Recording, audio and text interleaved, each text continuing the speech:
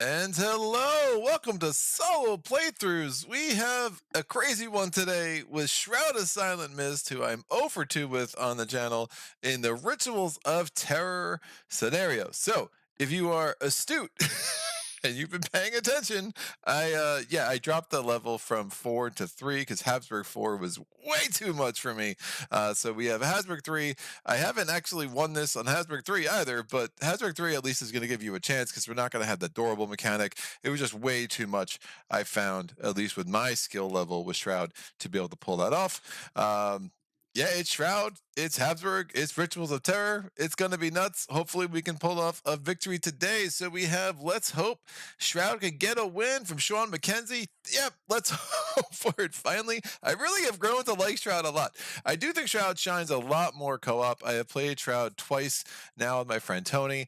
I thought about doing a two-handed playthrough today. I just felt like with the scenario and Shroud and like it is what it is. I just felt like we'll just go true solo for today. Obviously, I've been doing a lot more co-op lately, or two-handed playthroughs lately, so we will see more of those, I assure you, and Shroud will be near the top of the list to get on the camera in a two-handed playthrough just to really see his game open up, or their game open up. Who knows what Shroud's gender is for sure. We have Preston Pease as Woot Woot, and then Trevor Haddix says hello, all good luck. Thank you, sir. I'm going to very much need it. I do hope the audio quality is a lot better today. I did spend a while adjusting some settings and tried a new preset. I mean, Logitech has so many options, and when you're like a tech noob like me to a lot of this stuff, like it just takes, it's a little bit overwhelming to try to figure out the right settings, especially with new gear.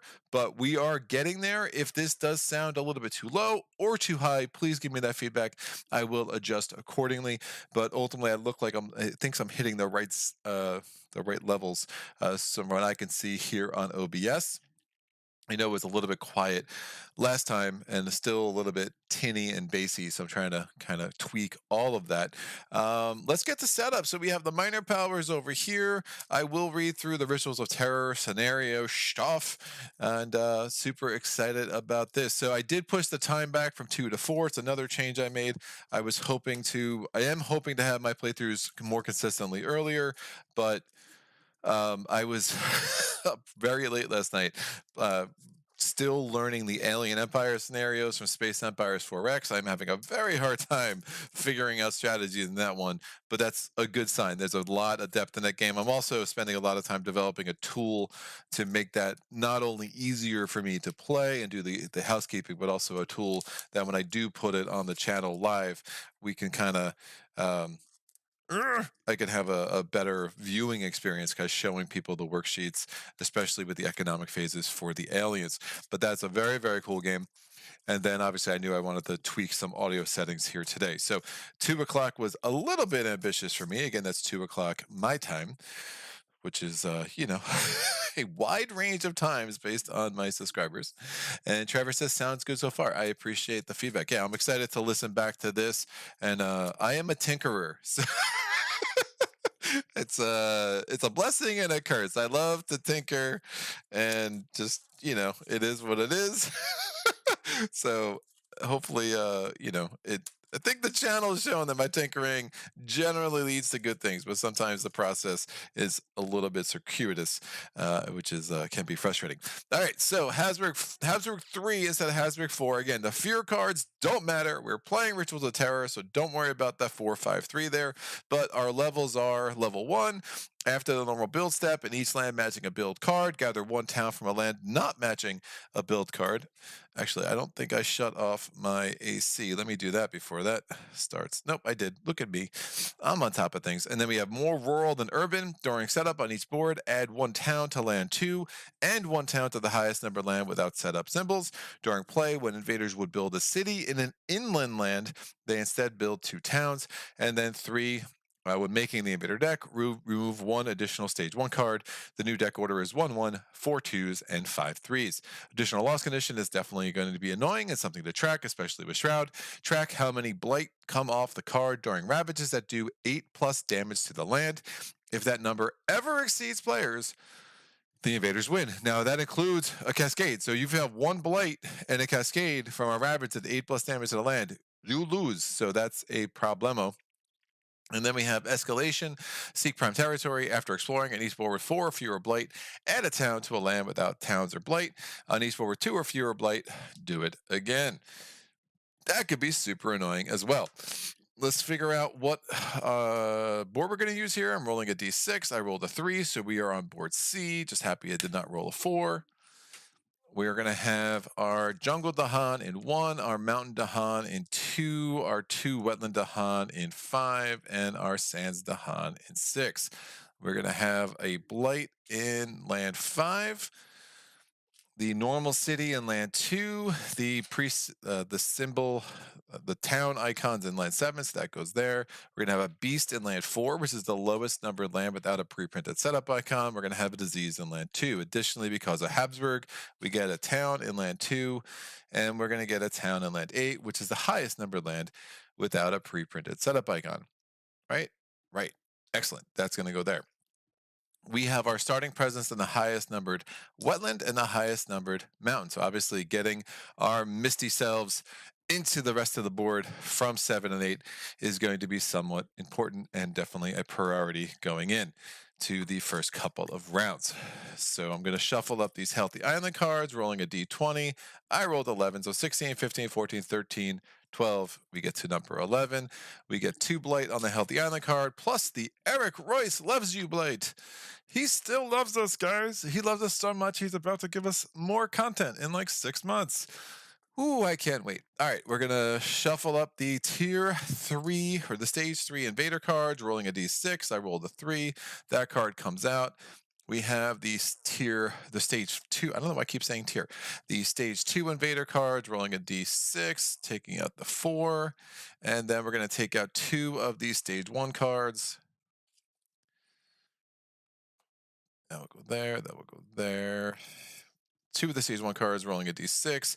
I rolled a 3, that's out. Rolling it again. I rolled a 4, so 3, 4. That's out.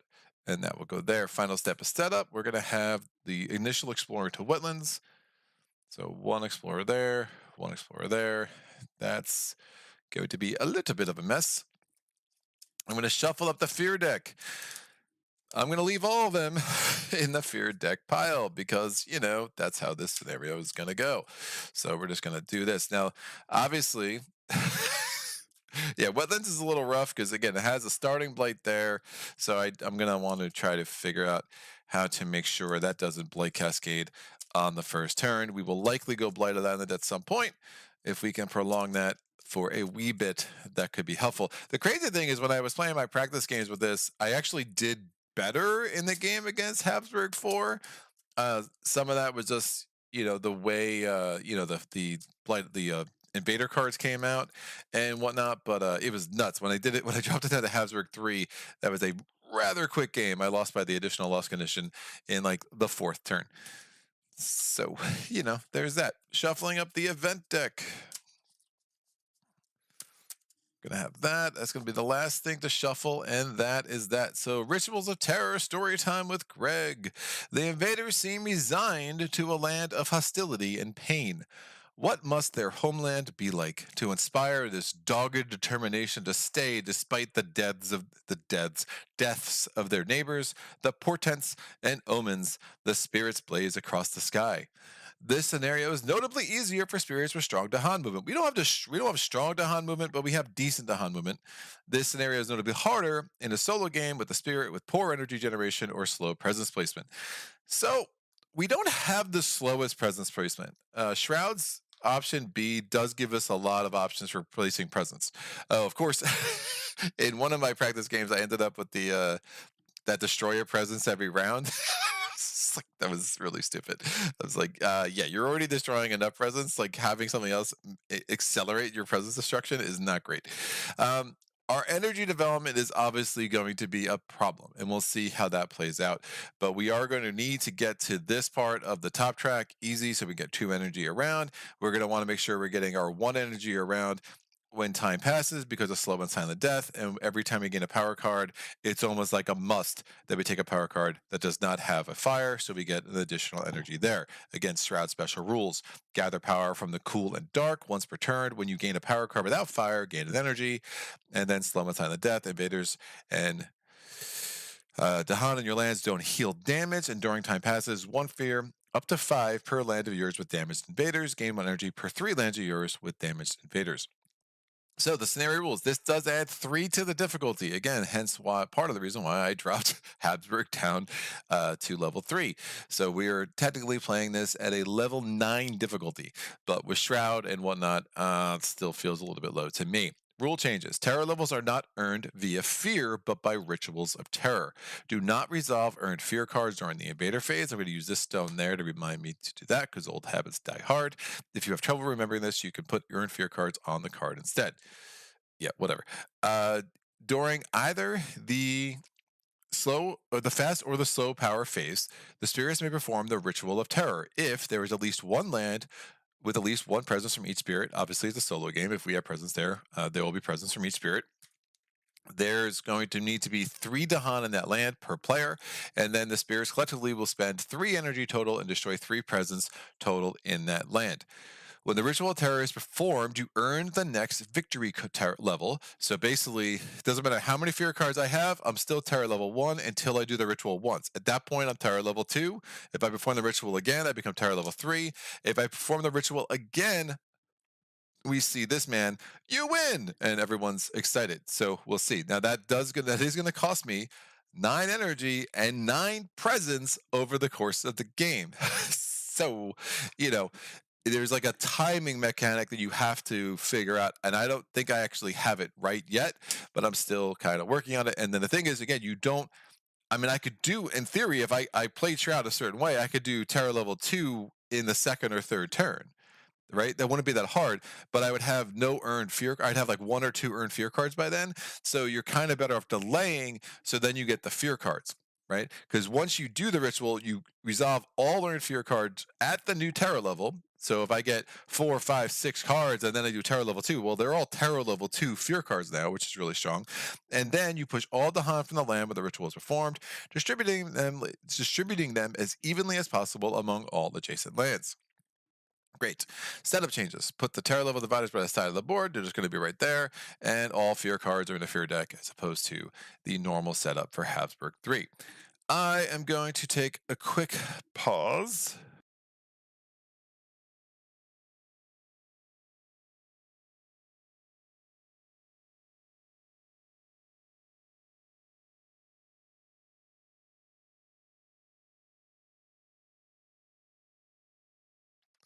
Oh, COVID is the gift that keeps on giving, everyone. So it's like Christmas every day. Great. So let's go to it. We're going to do the first growth phase.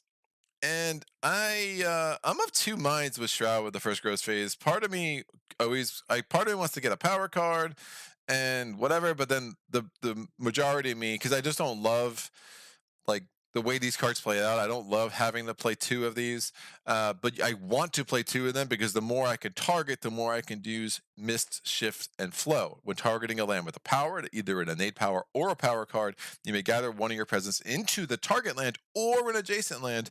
This can enable you to meet range and targeting requirements. Very, very important to get our presence moved around the board.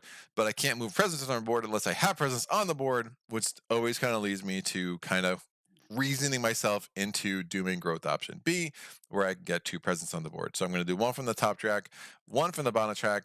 They have to go range 0. I'm just going to put 1 in 7 and 1 in 8, which will be fine. That's fine. Everyone's happy with that, I think. Maybe, sort of. Ooh. Yeah, I got a plan. I got a plan, kids. All right, so I'm going to get 1 energy from the presence track. And the 2 power cards I'm going to play is one's going to be the Fog Closes In. That costs me 1 for each adjacent land with my presence, 1 damage to a different invader, push 2 dahan. And then I'm also going to play Flowing and Silent Forms Dart By. 2 fear if invaders are present. When presence in target land would be destroyed, its owner may, if possible, instead push that presence. You may gather 1 presence per or more sacred site of another spirit with their permission. Now, I'm going to have 2 air. We have 2 moon, 2 air, and 2 water. We are going to have the first level of Suffocating Shroud, as well as the first level of Lost in the Swirling Haze. Slim K says, awesome. I played Shroud on my last playthrough. Love the spirit. Yeah, I love this spirit. I'm not very good with this spirit. And like it's like everyone has their spirit that just doesn't click. And Shroud's that for me. And don't make the mistake, I've had some awesome games with Shroud, not on camera, off camera. I've definitely beaten some level 4 adversaries. I don't know if I've ever beaten a level 5 true solo. I've beaten level 6 adversaries with my friend Tony.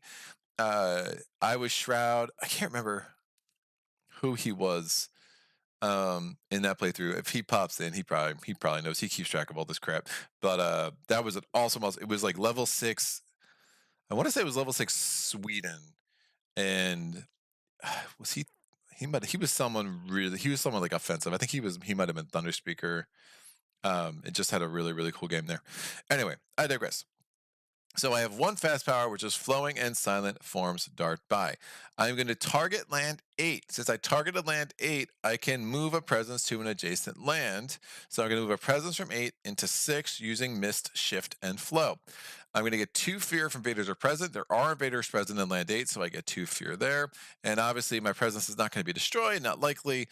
I mean, yeah, it's impossible based on the current setup of the game, but I'm just using it to get the 2 fear as well as to give me those elements. So now I unlocked my level 1s of both of my innates. The Fog Closes In as a slow power. We now go to the invader phase. The event's just going to flip over. We're not carrying it out thanks to Jagged Earth rules. And now we're going to go to the invader steps. So invaders are they're going to build a town in land 5. And we're going to build a town in land 8. No, we're not. Because of more rural than urban, we're building 2 towns because we would be building a city there. And then after the build step, we have to gather. I could gather, so you do it in land order. So I have to gather into 5 first. So I can gather a town from 5. This disease should be here. Sorry about that. Or we can gather a town from 7. I want to gather the town from 7 because I do not want 4 towns in 8 because that would basically start triggering the additional loss condition. So yoink, this will go there. Then we go to the explore step. We explore into mountains. So we get an explorer into 3 and we get an explorer into 7. Invader cards advance. Checking the chat. Probably my favorite spirit, thematically art design, bit tougher mechanically to play, says Blizzle Guy. Yep, that is absolutely true. And Tree says, howdy folks, howdy sir. Good to see you in the chat. Let's go with our, what do I want to do?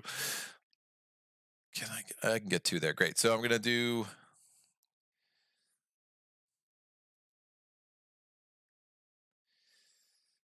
I'm going to do Suffocating Shroud. I'm going to do 1 damage in land 8 and just knock out that. I need to leave a presence there. That's fine. So I'm just doing 1 damage to that 1 town over there. Great. Now I'm going to target land.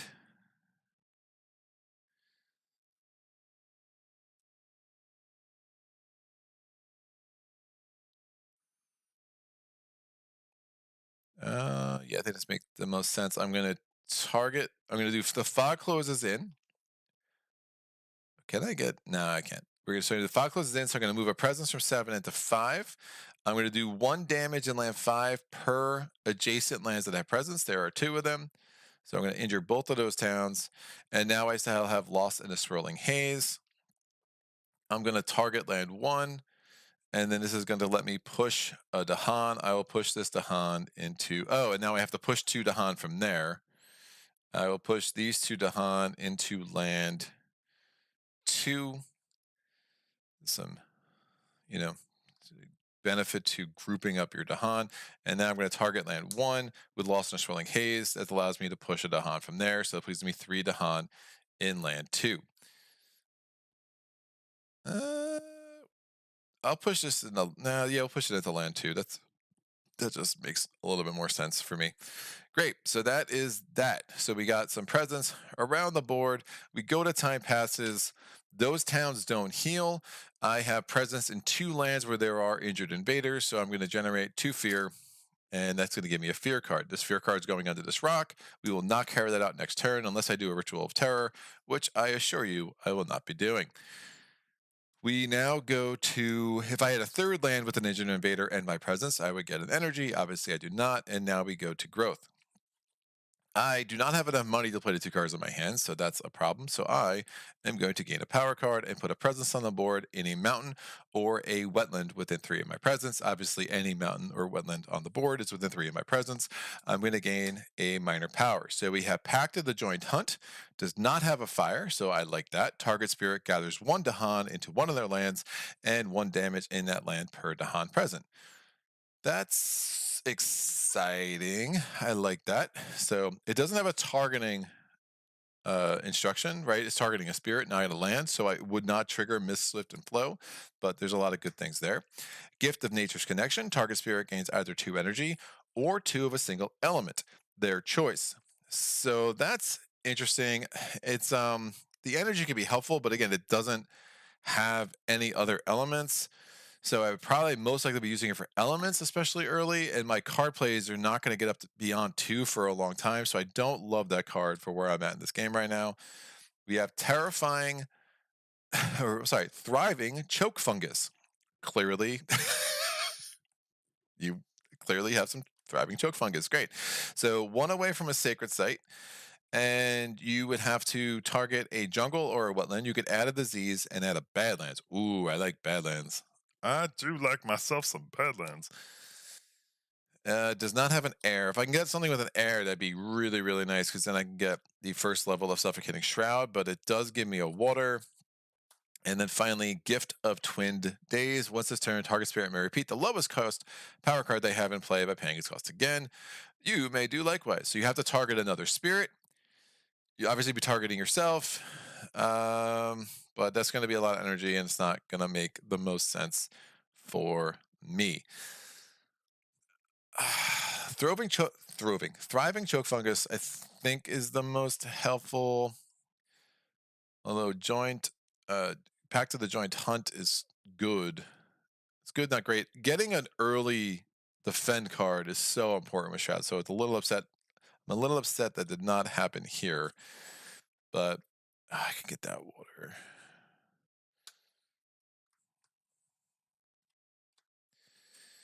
Yeah, I'm gonna take Thriving Choke Fungus. I want to get that water. So I get 1 energy because I got a card that did not have a fire. I get 1 energy from the presence track, and I get to place this presence in a jungle in a wetland or a mountain within 3 of where I have presence. I will just make a sacred site here.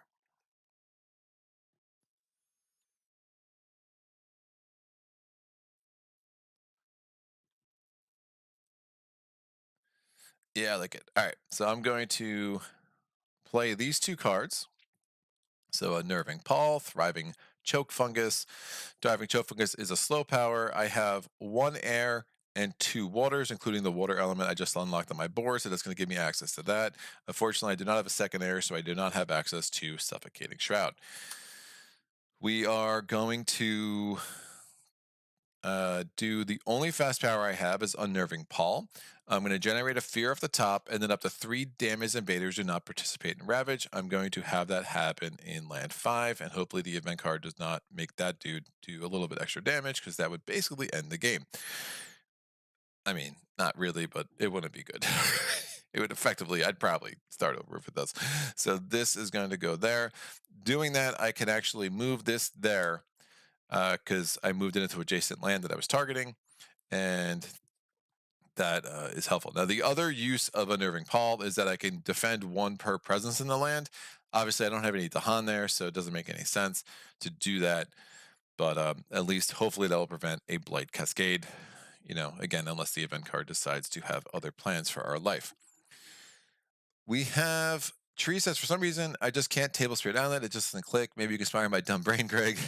Rocket says, maybe try the Steam version. Tree. Grady Bolt says, oh my God, I just realized that I've been doing events wrong. I played 25 plays with events and have always resolved the first one. I've been playing a hard mode apparently. Grady, if you only have Branching Claw, the original rules were you carried out an event on the first turn. Jagged Earth changed that because it was way too swingy and just both good and bad. It just, you know, you get the wrong event and it just made the game not as interesting. So that was actually a Jagged Earth change, and it's a really nice errata that I would strongly recommend people use. Tree says, you know, I forgot I have it on my phone. Maybe I should give it a shot tonight. Call. ID Jester says, I got this and all the expansions coming to me next week. I tried playing it last week on Steam and didn't go well because I need to be able to see the cards and board myself. Yeah, I'm always a tactile person. I want the actual physical component. I don't do much on Tabletop Simulator, and I'm glad it exists. It's a great way to try games out and stuff like that, but it's just definitely not for me. Sean McKenzie, I'm one of those rare people that has to play the physical version. Yeah, I'm with Sean. Digital board games just feels wrong to me, but if it can get you into the game, Tree, that'd be great. Rocket says, good to check rules also with the app version. Tree says, the tutorial is great, but it's endless. Or I don't know what to I haven't seen the online tutorial, right? So, but yeah, this is one of those games that's crazy when you're first starting to play. Like, I remember like struggling against level 0, and then you just it's like that maze night thing where you just start figuring it out, and then you have this like infinite scalability that just continues to draw you deeper and deeper into the game. That's super cool. I think might be my own worst enemy. Yeah, that's about accurate with with these games. We usually are. All right. What's happening now? So I did my fast power. We're going to go to the invader phase. So we're going to go to our first event, Distant Exploration. During the explore step, invaders explore at +1 distance. So a land 2 ways, it doesn't matter. Like, there's going to be a source everywhere. So I'll put a reminder token, but it's not going to affect gameplay at all. On each board, choose a land with the Z's in that land. Do 2 damage to the invaders and 2 damage to dahan. Well, that makes me a little sad. But it does give me an opportunity to do something I like. So I'm not going to actually kill that town. I'm just going to injure the town and injure the city, but I also have to kill a dahan.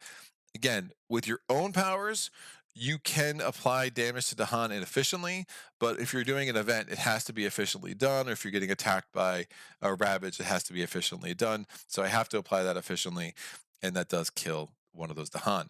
Fierce Mean, 1 fear per land with invaders where dahan outnumbers cities and towns. Well, it would have been 2, but one of my dahan just died, so it's just 1, so that gives me 1 fear there, and that is the event card. So normally we would carry out the sphere card because of Rituals of Terror. We don't. We're going to now go through the event phase. Ravage, we're going to add a Blight to land 8. And we're going to do a Ravage on land 5, only Ravaging 1 because these 2 dudes, they have an Unnerving Pall, so they are not going to Ravage and do not participate. That also means that had I had dahan there, the dahan would not be able to retaliate against them because they are literally not participating. We go to the build phase.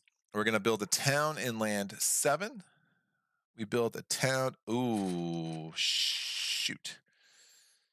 That thing's going to move there. And actually, that only was 1 damage. Let me do bolt the damage to the city because there's no way I'm going to be able to get a presence into 3. So I did 2 damage to the city, and that will make sense in a second. So I build a town in land 3. After the build step, we gather into land 3. So this town comes here. We gather a town into land 7. I will gather. Oh, that could help with targeting.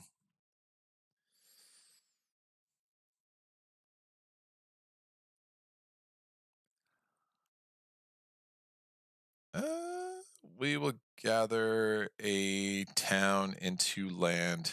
Oh, let's gather this injured town into land 7. I think that makes the most sense. We have to do the explore step. We only have 2 blight on the board, so we're going to about to get 7,000 towns on the on the table. Great, it's wetlands. Oh, why? That's not the card I wanted to see. So we are gonna have to do the escalation first. No, it's after exploring. Actually, so we explore first, then we do the exploration, then we do the escalation. So we're adding an explorer into land 8. We're going to add an explorer into land 5. And now we have to add a town to a land without towns or blight. I will add this in land 4, and we're going to add a town again because there's only 2 blight on the board instead of 3. We're going to add this town into 6 because why the heck not? Invader cards advance. Slow powers. I can do Lost in a Swirling Haze, which allows me to push something. Oof.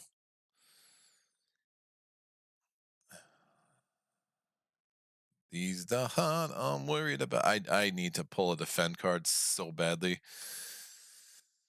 So badly.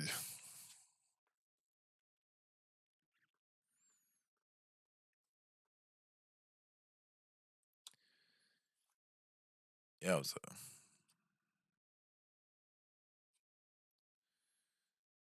all right. I'm gonna do Thriving Choke Fungus. I'm gonna gather this presence from 6 into 7 to get a sacred site. And now I'm gonna target land 8, and I'm gonna add a disease and a Badlands.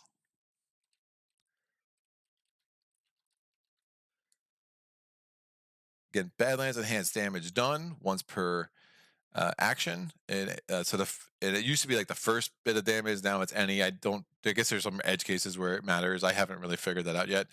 But ultimately, it just enhances damage done not to the land, but only damage done to dahan and or invaders the first time each action. We have so that's done. And now I'm going to do Lost in a Swirling Haze. I do want to target here, so I'm going to push a presence into there, and I'm going to move this dahan into 3 and hope I get something that allows me to do something with land 3 as a fast power.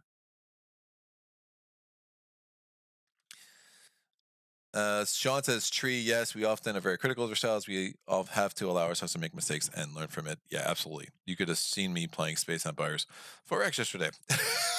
It was an experience. All right, we go to time passing. We're going to get 3 fear. It gives me a second fear card, which makes me happy. And I'm going to get 1 energy because I have 3 lands that have injured invaders, and my presence, that energy is going to be huge. Yep, that's fine. So we're going to do this. I'm going to do growth option 3 again.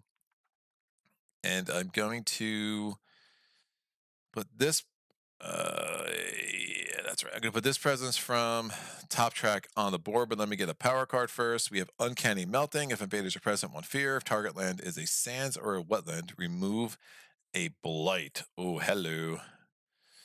That could be pretty important. Yeah, I like that a lot. We have Call to Migrate. It has a fire. Not worried about it. We have Gift of Power. Target spirit gets a minor power. Ooh, that could be a nice way to keep building up some energy. We'll see. And then I got a defend card, but that ain't going to work.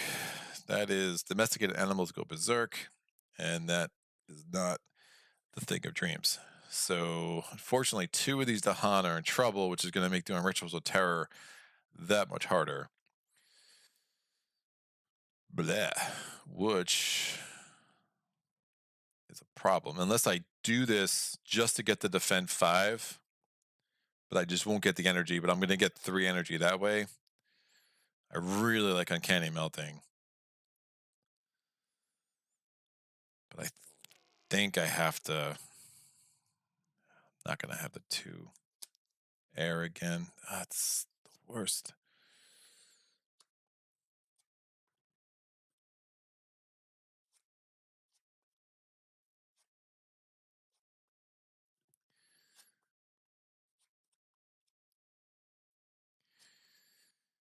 I think I do it. I don't like it. All right, I'm going to get domesticated animals. I'm not going to get the energy because it has a fire. This makes me a little bit sad, but it's thematic, right? This is the Livestock Colony, and their livestock's going berserk. So here we are. So I'm going to get that. I'm going to put this on the board. I'll put this in land 3. I'm going to get 2 energy from the presence track. I have the 1 energy I got from time passes because of slow and silent death. And that's going to allow me to afford both these cards. Oh, these cards should have gone away. That didn't trigger. This comes here. These go here. Great. So get these where they belong. And again, so we have like the presence on the board we need for the rituals, but obviously I don't have the income, and every dollar is going to matter. So once I reclaim cards, hopefully, I keep getting money during time passes. I keep getting the 2 energy from the presence track. I get power cards that don't have fire normally, and then we'll start being able to do a ritual. And I will be looking at maybe doing a ritual as early as the fast stage of the next phase. So how can I, which is one of the big reason why I took domesticated animals. I cannot afford to lose 2 more dahan, and I don't have the power cards to get the fear cards to get lucky with, right? So I'm kind of in a bad spot. How do I want to pull this off? Yeah, so I'm going to do domestic. Oh, let me look at the elements. I have 1 air and 2 water, so that's going to be there. Unfortunately, I do not have the second air. So once I get that off, that'll be important because then I'll start getting suffocating shroud pretty much every turn. But I am going to be able to do domestic animals, go berserk. I do not want to use Mischief and Flow. I'm going to target land 5, and we're defending 5. Now, if there was Durable in play, this might not be the right play because I'm not going to get a Blight there. But since Durable's not in play with level 4 Habsburg, I'll be able to hopefully have that all defended and wipe all those suckers out. I get 1 fear off the top because, again, those animals are scary. And now we're going to go to the invader phase. Tree says definitely the solo playthrough support group will get this on the table by the weekend. Awesome. Make it happen, Tree. All right, let's go to the invader phase. Right? I have no more fast powers. I'm going to lose a presence here, but that's okay. I think we'll be. Everything's going to be all right. All right, yeah, I think we'll be okay. Yikes. Maybe. Oh, that's going to be gross. We're going to. 5's going to be a huge problem. We got some issues, people. All right, let's make this happen. We have the invader, the healthy island card. The struggles of growth. We are a healthy island. A painful crux point. Each spirit chooses to. Ugh.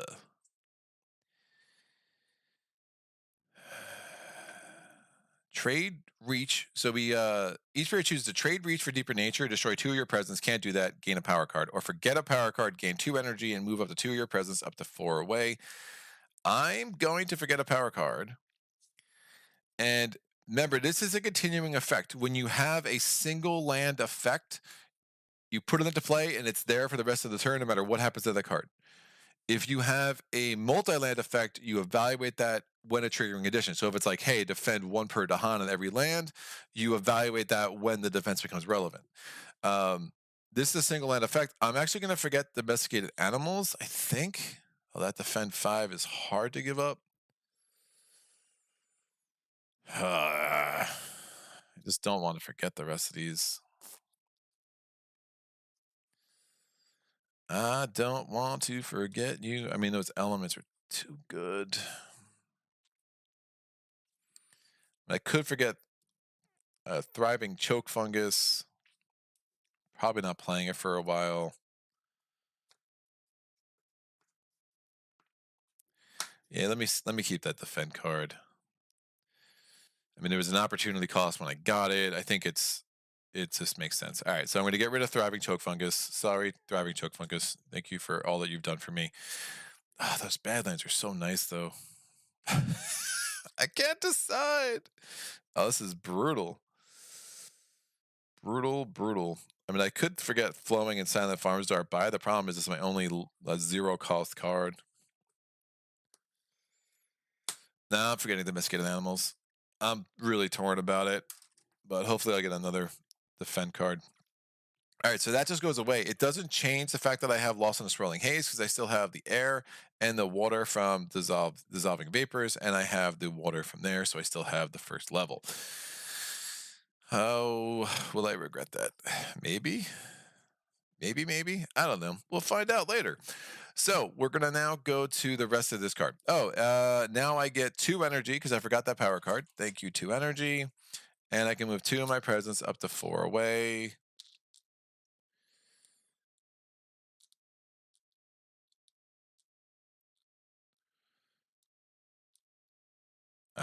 Let me move these 2 presents here and here. I don't think it's not to the same. I don't know if it has to be the same land or not. I don't think it does because it doesn't say move a sacred site. So I'm going to move this and this here, there and there. So that just is going to save me losing the presence during that ravage. And I mean, I'm very spread out, but I think that makes the most sense. All right, ignore disease during builds invader phase. Oh, that's really bad. This event card is terrible. All right, 1 fear per board with 1 fear per board with disease. And then when invaders ravage, the land has the Han defend 2. Wow. That disease was going to do some magical stuff, and now it is very much not. So this is done. I don't carry out these fear cards. We do the ravage step. I'm defended 5 there. The dahan the invaders are ravaging 5. The dahan fight back for 6. I wipe out those 2 towns and that explorer, and that gives me 2 fear. That's the 3rd fear card.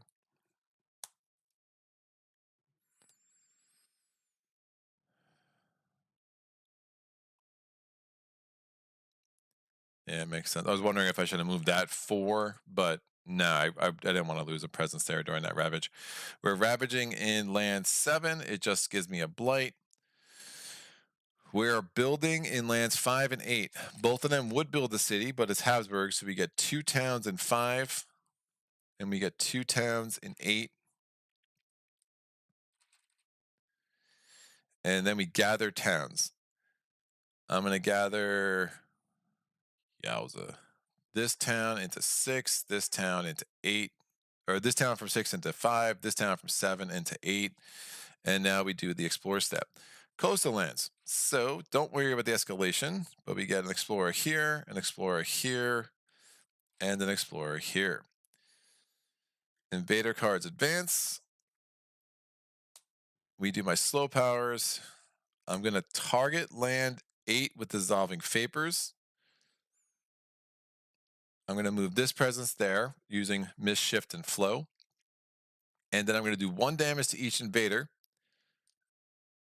3, 4, and 5. Both these explorers are out, and the Badlands are going to trigger. Allows me to do 1 more damage to anywhere I want. I'm going to destroy that town. That gives me a fear. 1 damage to each dahan. There are no dahan there, so that doesn't matter, which is good. And now I have 1, 2, 3, 4 lands that are going to be 4 more fear, which is huge. I need to start gathering presence and dahan, though. Oosh.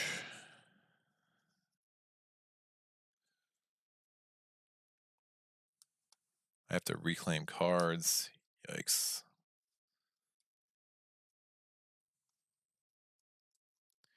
I want to do this ritual as a fast power. And that might be hard to do. That might be very hard to do, Greg. Shoot. I need to get 3 presents. I do not want that city to heal. That's for sure. I could push a dahan there. My problem is if I was trying to gather presence here, I'd have to gather this presence. That's the only one that would be adjacent. But I don't want to get a presence out of there because then that would heal. So I can gamble that if I can target here, now I need to get 2 presence and 1 dahan into 2, and I can do the Ritual of Terror there. And I think that's a gamble I'm going to have to make. So I targeted land 3, I pushed a dahan into land 2. Time passes. I'm going to get 1, 2, 3, 4 fear. That's another fear card. I'm not going to touch the fear there. So there's still 2 remainder. And I'm going to get 1 energy. I have to do growth option 1 because I have no more power cards. I'm going to get 2 energy from the presence track. So I'm going to take that now. I'm not adding any more presence. I'm going to get a new power card though. So promises of protection, gather up to 2. Oh, that's a beautiful thing.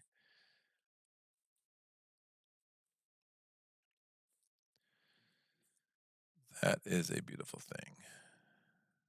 Gather up to dahan. Dahan have 2+ health while in the land. That would give me the dahan that I need. Disorienting landscape, also a fast power. Elements hit me pretty hard. Push and explore. If target land has mountains, or jungle, add a wilds. Drift down to the slumber. Defend 1. If target land is a jungle or a sands, defend 4 instead. That I don't mind. And then finally we have entrap the force of corruption. Gather up to 1 blight. Isolate target land. When blight is added to target land, it doesn't cascade. That might be the one I have to take. But it's not moving dahan. And I have to do the ritual. Shoot. This is not good. Again, thinking about the additional loss condition. So this is ravaging 8 against the land. This is ravaging 12 against the land.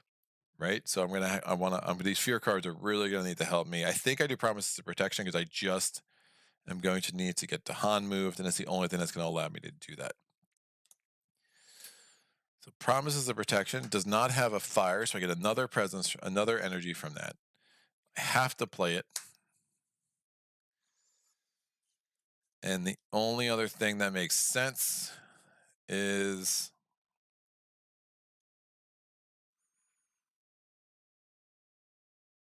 unnerving Paul.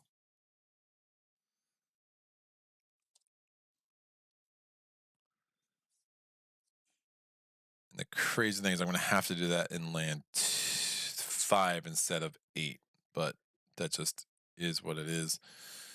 And we're going to have to get really lucky with these fear cards. If we can survive this round, I kind of like where we're at. So this costs 1. Elements are garbage. Again, I'm just making a play to get all these fear cards out.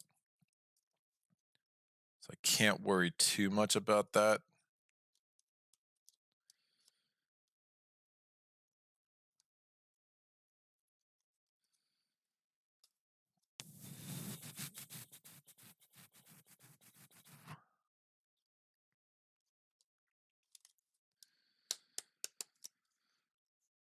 Man, Blight Cascade. We might be going through 4 Blight right now. That that disease being ignored last round was not great. Not great at all. All right, let's make this happen. So I'm going to... Can I generate another fear? If I could generate 1 more fear. I don't have that element, by the way. So I have none of my innates.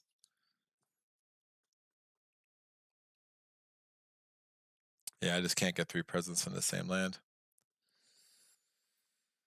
Can't do it. So I was hoping to get 2 fear because then I could just immediately get another fear card, but that's just not going to work.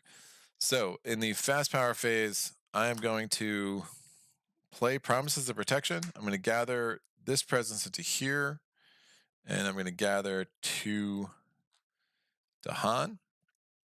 Or gather up to 2 dahan. I'll just gather 1 dahan. It's fine.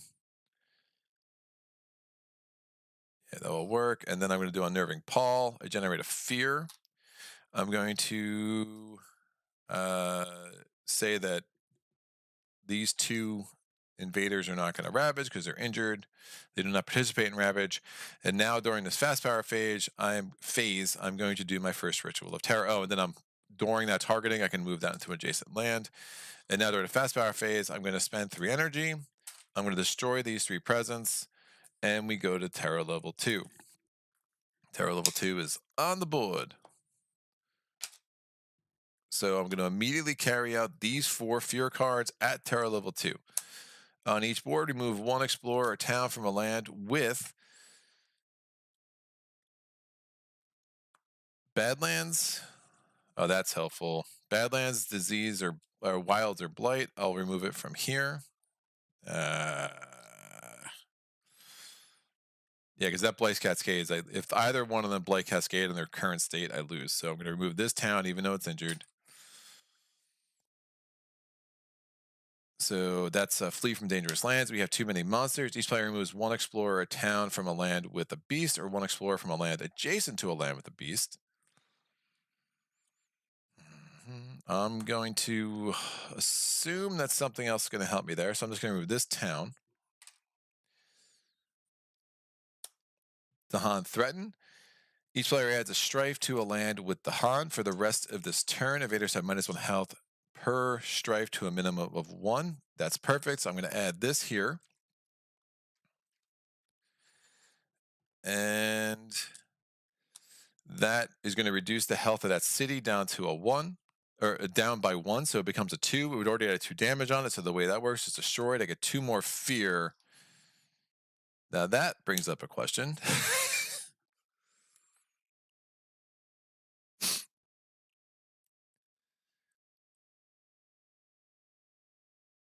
I don't think that gets resolved right away. I think I have to wait on that, unfortunately. And then finally, Explorer does not affect coastal lands. Lands with disease are not a source of invaders when exploring. Well, that's bad because I'm going to lose because this is Ravaging 8. And that's going to blight cascade. So hopefully I get lucky with the event. All right, so Explorer does not affect coastal lands. That would have been a lot more helpful last round. And lands with disease are not a source of explorers when with disease are not a source of explorers and invaders when exploring. It's not going to affect me at all. I don't know if I get that fear card.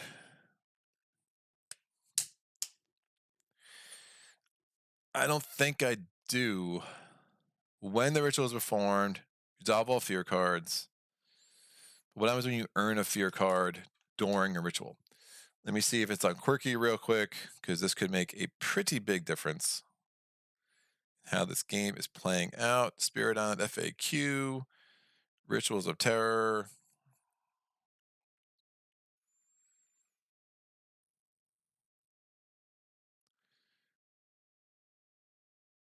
Jagged Earth.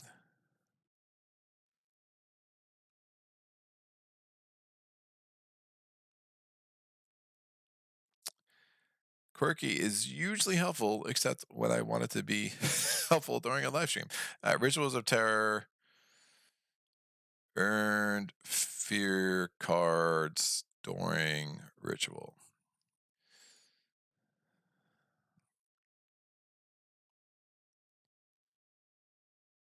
Solving fear cards.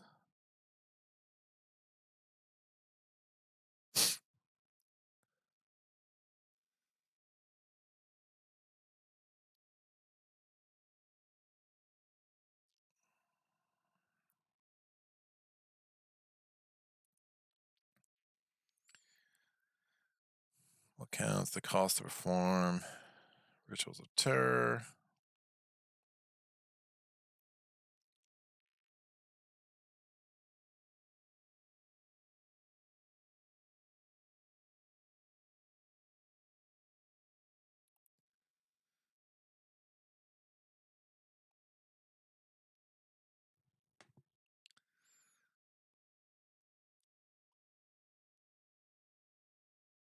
Yeah, I don't think I get it because it wasn't there at the time when I started the ritual,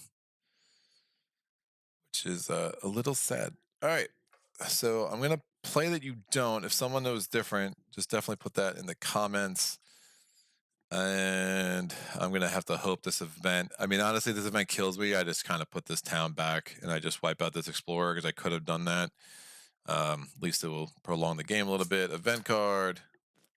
Ha!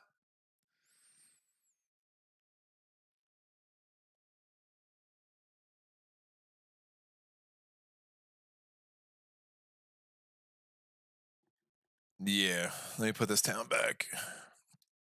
Move that explorer. Why risk death? All right, great. So now they're only ravaging 7 there. Again, I'll have to figure that out later. If whether who knows if that would even have mattered. But healthy island, sprawl contained by the wilds. On each board, add a wilds to the land without invaders. Build in a land with the most cities and towns. Oh, well, it doesn't matter, kids, because I'm going to lose anyway.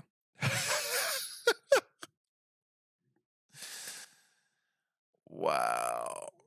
Yeah, because additional loss condition is going to trigger. Because it's building here, that's going to make 2 more towns, and then when it does that, it's going to Blight Cascade. That means that 2 Blight comes off the card during a Ravage action, and that, my friends, is no bueno. So I will reset it, and we'll try this again, because we are about to lose. So for those who don't know what's going on, I'm not going to carry out the rest of this, but basically, this is going to make me put a wilds there and build, and then when it ravages, it's going to ravage 1, 2, 3, 4, 5, 6, 7, 8, 9, 10, 11. That means a blight comes off the card. It's going to cascade. Another blight comes off the card. And when that happens, it means we absolutely will we will be annihilated by that additional loss condition because 2 blight came off the card during 1 ravage action. So that was a little bit sad. I kind of liked how that was set up. Let's see if we can't do this on the second time around. Towns, explorers. It's a rough little scenario solo. I mean, co-op is also hard. I've played it once co-op. It was a long time ago. But, if you have any spirit that's good at moving dahan around, the challenge co-op is more getting the dahan in the right place more than it is the losing of the presence, because between the more players you have, the more people that have just like spare presence that they're easy to lose. In a solo game, losing 3 presence, especially with Shroud, who needs their presence everywhere, that can be really, really brutal and become super problematic. My thought was the ritual activates only cards you earn for the ritual, but not sure. Yeah, that's where I was, Rocket. I mean, I wonder if this would have made a difference anyway. Defend 2 on all lands. I mean, it would have made a difference until the until the event card made that not matter. And Saget says he's here for the faulty math. Dude, 10 and 21 are the same number, guys. Yeah, I am the one guy who put basically 2 top 10s in one video, and neither one was actually 10, but it is what it is. I also did a top 10 Mage Knight heroes, and fudge that, and there's only 7, so y'all can figure out. Just keep everyone on their toes. I mean, people, top 10s are boring. Why don't you gotta spice them up somehow? I mean, it started with Spirit Island, actually, was a top 10, which became a top 24, which is probably, I think it's still like my most watched video. Like, I get more views on that than anything else. And like so many of those rankings would be very different now. I had a lot to learn. What was it? Downpour, I had very low. Starlight, I had really low. Way too low. Fangs is probably a little high, but I still love Fangs. That just becomes, I just love playing as him. So he got the bump because of that. He's still in my top 10. He probably just isn't, top. Many Minds is still number 1 for me, and I still find Many Minds super boring to play. But I know there will be many who love that play style. I personally do not. I just find it a little bit too workmanlike for my taste. I'm trying to think who else I got criticized for having pretty low. I mean, Fractured Days is obviously a lot stronger now that I actually know how to manipulate him a little bit more. There was another spirit River. I was very low on River, and then I figured it out, and I'm like, oh, okay, he's also, I find River really boring now, but River is very, very strong. What a really cool spirit for like new players. It's like one of those times where you like crack that puzzle and you're like, oh, dude. River could be an absolute beast. Traveling now, so jumping in to say hi, hello. Top tip, do top 4s. It's a very good exercise. All right. And then Sean says Shroud will be back. I mean, he's 0 for 3 in the channel, so at some point, dude, he's got to log a win. At some point. Shroud's so fun. I mean, you see the power of Shroud, though. Like, I mean, the ability to manipulate your presence is super cool. If I wasn't playing Rituals of Terror, like, this probably turns into a win. Maybe, although Habsburg probably still, again, that additional loss condition with Habsburg. I mean, you're playing with Fire with Shroud because you're not trying to kill everything. You're trying to keep them around so you can kind of soak fear and energy off of them. Oh, board D. Whatever, man. The most awful board in all the land is board D, and here we are.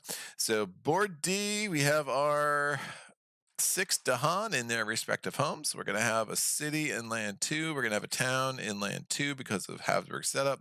Town goes in land 7, and then a town's going to go in land 8. We're going to have a beast in land 3 and a disease in land 2. And I have to reset up the blighted island card because I did look at it. There we go. I rolled a 20, not helpful. I rolled a 2. It's like a 20, just missing a 0. We get that there. 3 blight.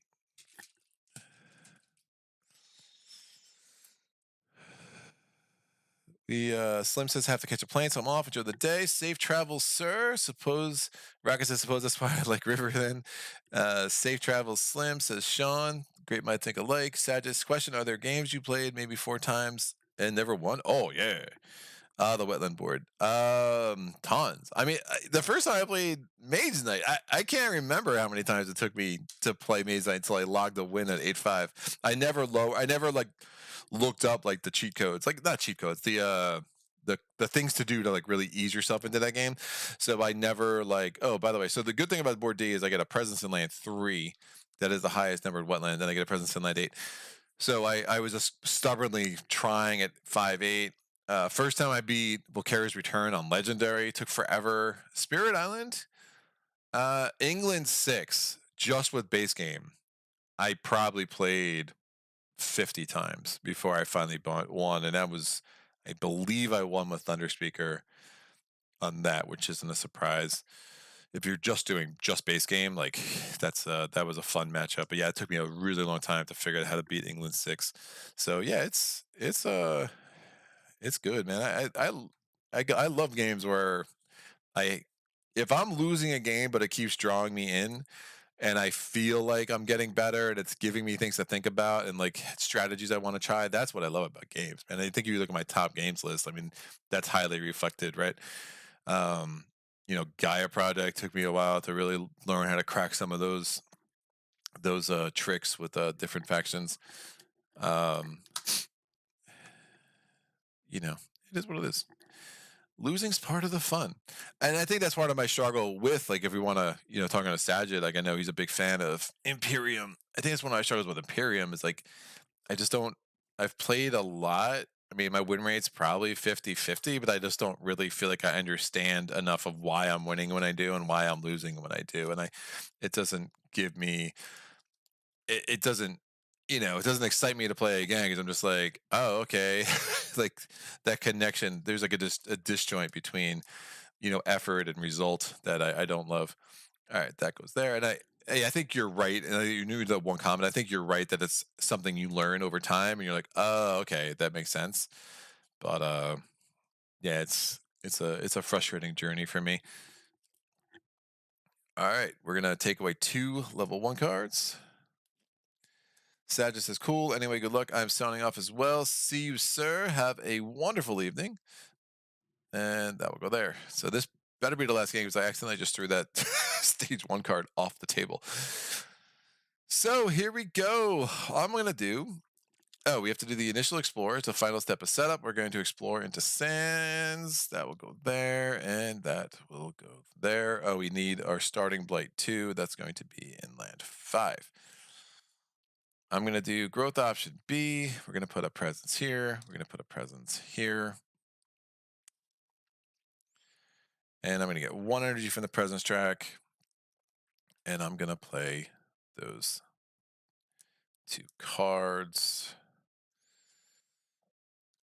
And actually thinking this through. Oh, that's bad.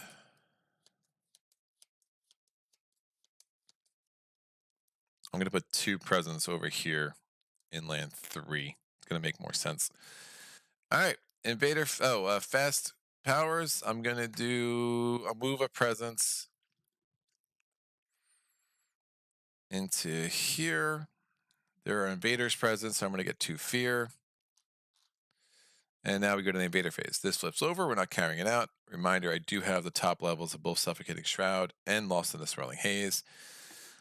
And now we do the invader steps. We're going to build a town here. We're going to build 2 towns in 7. We're going to gather this town from 2, gathering this town from 8. And explore step, exploring into jungles, explore, invader cards advance. I'm going to target land 7. I'm going to do 1 damage to this town. And now I'm going to target land. I probably want to save those dahan. It doesn't matter. This is not working out the way I wanted to. I'm going to target land 4. I'm going to do a damage to each of these towns, push 2 dahan. There are no dahan. And then I'm going to target land 7. I'm going to push one of these dahan out of there so it doesn't get crushed, and hopefully I'll find a way to save the other one. Time passes. We go to the slow and silent death. I have 2 lands with my presence and injured invaders. I get 2 fears, my first earned fear card. Again, not resolving that until I do a ritual. And now we do the growth options. I'm doing growth option C. Getting a minor power card, Scream the Disease into Wind. Ooh, has an air, which I really like. It has the disease ability to give me a disease. Target spirit gains +1 to all their powers. Once this turn, after target spirit uses a power card targeting a land, they may add a presence to that a disease to that land, hand them a disease token as a reminder.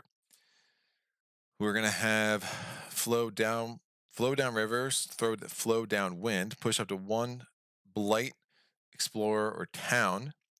2 away from where you have a sacred site and it costs 0. That's a winner. It gives me an air and a water, which is great. Haunted by Primal Memories. 2 away from where you have a sacred site. 1 fear, defend 3. If you have to target a land with invaders.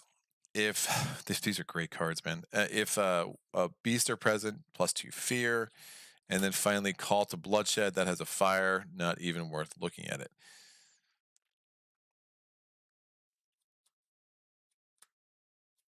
Defend 3 is often not enough against Habsburg, which is what makes me reluctant, but it is a fast power, and it can be useful to prevent me from starting to trigger that additional loss condition this turn. It has the air.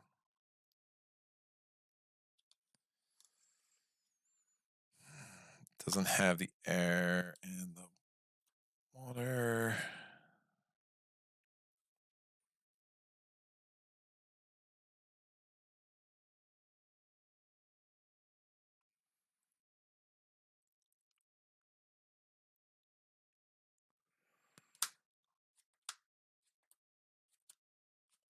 It doesn't have the water, but that's fine. Yeah, we're going to take Haunted by Primal Memories. I get 1 presence. I took a card that doesn't have a fire. I take 1 energy because of the presence track. That costs 1, and then I'm going to play Unnerving Paul. That costs 1. So that's 1 air. So I have 2 air, 2 moon, 2 air, and 1 water, because I'm going to take this presence off there, put it in land 5. Get 3 away from where I have presence. So I'm doing growth option C. It does give me the first level of Suffocating Shroud. Very exciting. I do not have the first level of Lost in the Swirling Haze, remember, because the only water I have is coming from my tracks. We are now going to do my fast powers. I'm going to do Unnerving Paul. I'm going to move this presence into land 2 to make a sacred site there. And then 1 fear, up to 3 damage invaders do not participate in ravage actions. Oh, shh.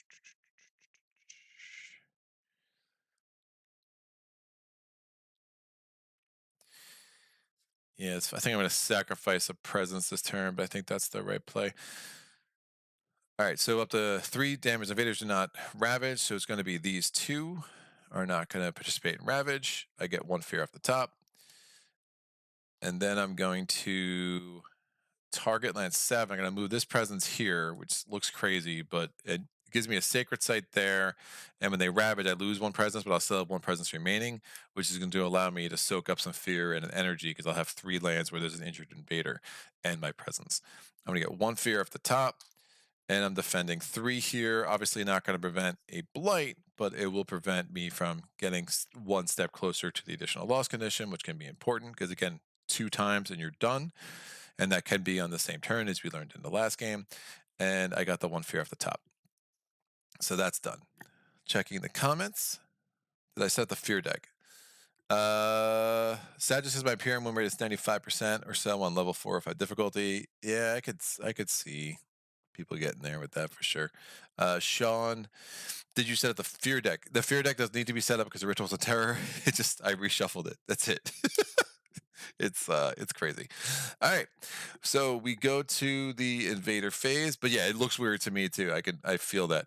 The event civic engagement on each board, remove 1 blight.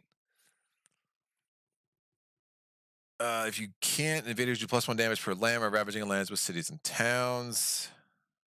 Oh, that's gross.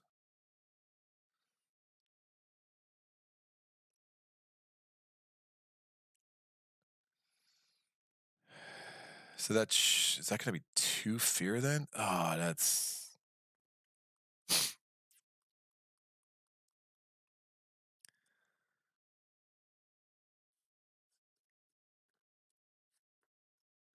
Yeah, I'm gonna losing that presence. It's so bad.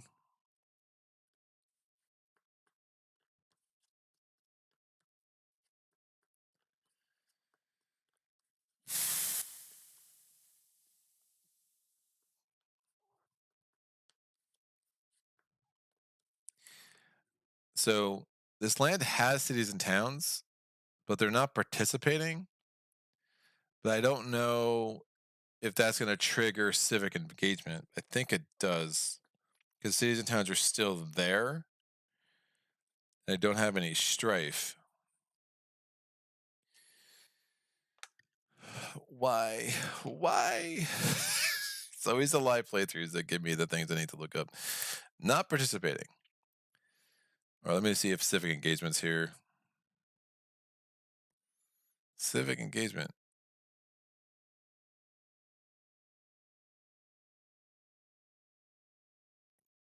Yeah, I think it's still going to apply. Not participating. See if there's a. Because if they're like ignored, then civic engagement wouldn't trigger. All right. Spirit Island, civic engagement, not participating, invaders.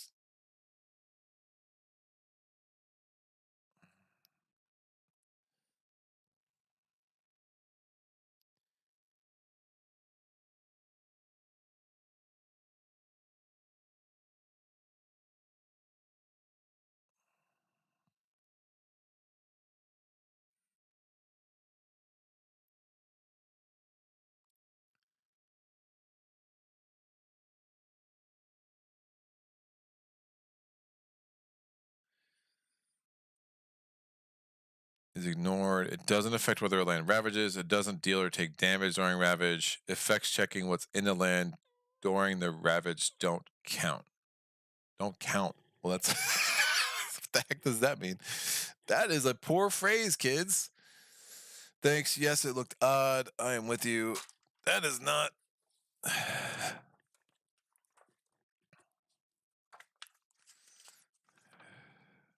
I'll look through this ridiculous little rule book. Skip 1 invader action, isolating oceans, changes to events, backwards interactions, ritual of terror, complaining, combining adversaries, repeats, why do actions matter, normal invader actions, revealing invader cards, durable invaders. All right, so it's in here, just someone did not decide to. I thought it was a sidebar. Save for destruction, does not participate. I feel like there's like a big example of this in this book. It's just like this book is like the organization is always like crazy to me. It's not a bad rule book. It's just a oddly organized one that is way too big for the record. Isolate, Badlands, invader actions, multiple growth. Changes to events, choice events, save from destruction.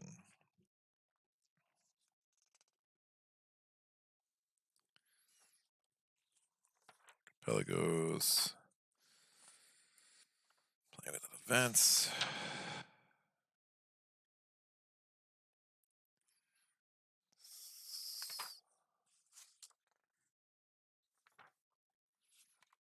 Clarifications.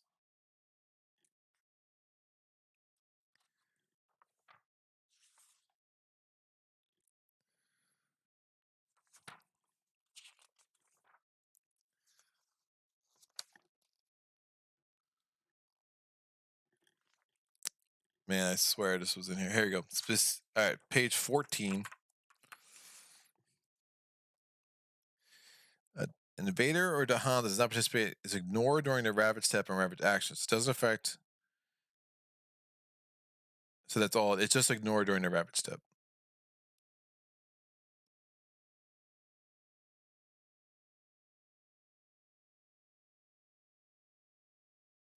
Effects checking what's in the land during the ravage step don't count it. Oh, excellent. So yeah, someone just left the it. So effects checking what's in the land during the ravage step don't count it. So on each board, plus when ravaging. So this is not counted for the purposes of civic engagement. So I'm glad I looked that up. So if I'm reading this right on page 14, effects checking within a ravage step don't count it. So since it doesn't participate, this effect will not count it, and it will just act like it's not there. So therefore, the civic engagement will not get the +1 damage, which is absolutely a good thing. Otherwise, this game would have been a lesson in futility, I think. Great, glad we got that cleared up. On each board, destroy one explorer or town, a land with disease. My beast, or land with beast. My beast is obviously not there. And then keep far from the lands of plague. And each board push 3 dahan from lands with disease, 2 lands without. I can only push 1 from a land with disease, 2 a land without. I'll push it into 5, and then I try to load it up with presents so I can do a ritual at some point. Ravaging. A blight's coming off this off the card. It is ravaging 1, 2, 3, 4, 5, 6, 7, 8, 9, 10. I'm defended 3, so that's 7 damage to the land, so it does not trigger the additional loss condition counter. But I do lose a presence, and I lose a dahan, and we added the blight. Again, the blight destroyed my presence. Awesome, but I still have a presence there for the purposes of when time passes, which makes me happy. We're blighting here. It's only blighting 1 because effects that count the see if they're there during ravage do not count it, which is great. And we have managed to avoid a second blight there, and I saved that presence. We do the build step. The disease is going to come off land 2. We're going to add a town to land 6. After the build step, we gather, and we here.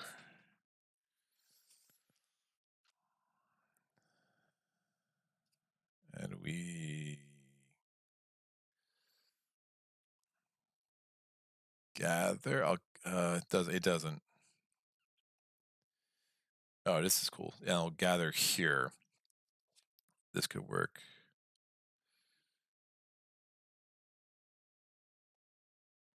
This could work nicely. All right. We gather and we gather. No, I don't have Lost on the Swirling Haze. Never mind.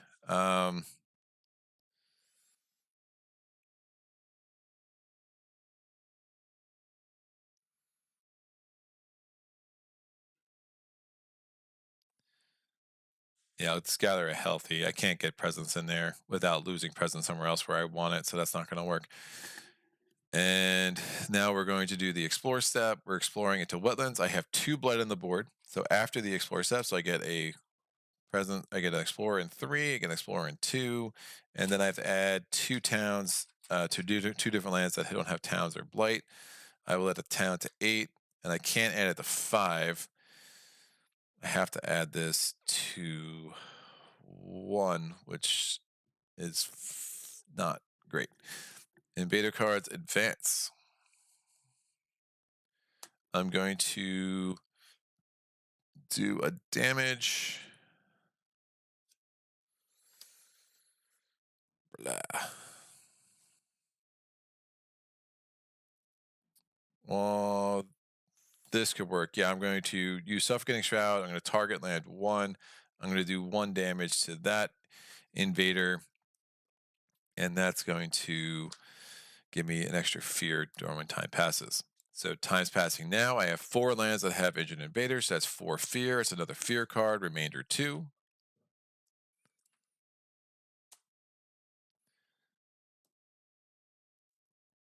And I get 1 energy because of that. Invader, I already advanced the invader cards. I'm not trying. I don't know why I'm trying to do that again. This will come here. These will go here. All right, doing growth option 3 again. What's ravaging? This is ravaging. This is ravaging. Neither's ravaging 8, so I'm good there. I'm going to get Guardian Serpents, add a beast who want to target Spirit's lands. Target Spirit has a sacred site there, defend 4. This is ravaging 6, that's ravaging 5. Hazard spread across the island. It has a fire, no thank you. Set them on an ever-tracing path. Fast power, gather, push 1 explorer, isolate target land. Isolation could be super nice.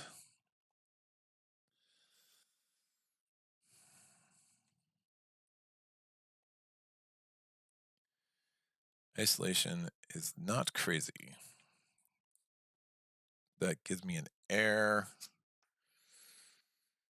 Something with a moon would be nice. Something with a moon air combo would be amazing. That as a fire, no thank you. Oof. That's gonna blight. I'm fine with that.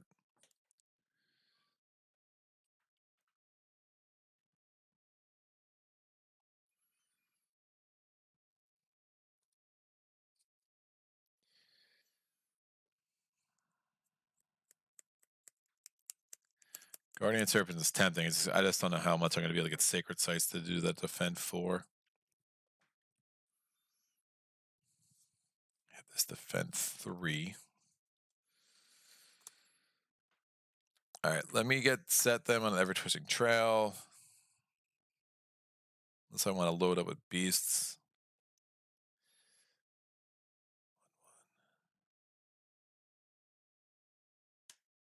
Nope. Defend 4 is very tempting.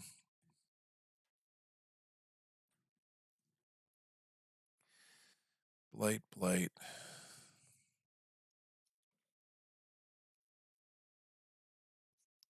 Thing is, if I set them on an ever-twisting trail, I can push this explorer out and I can isolate it so that I won't have to worry about that at all. It's probably smarter. But that defend 4 is like super enticing. Because otherwise I'm looking at probably going Blighted Island. Don't think I can avoid it.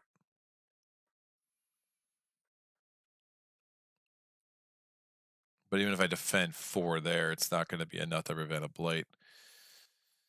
Yeah, set them on an ever-twisting trail for the win. I have to add a presence to a mountain or a wetland.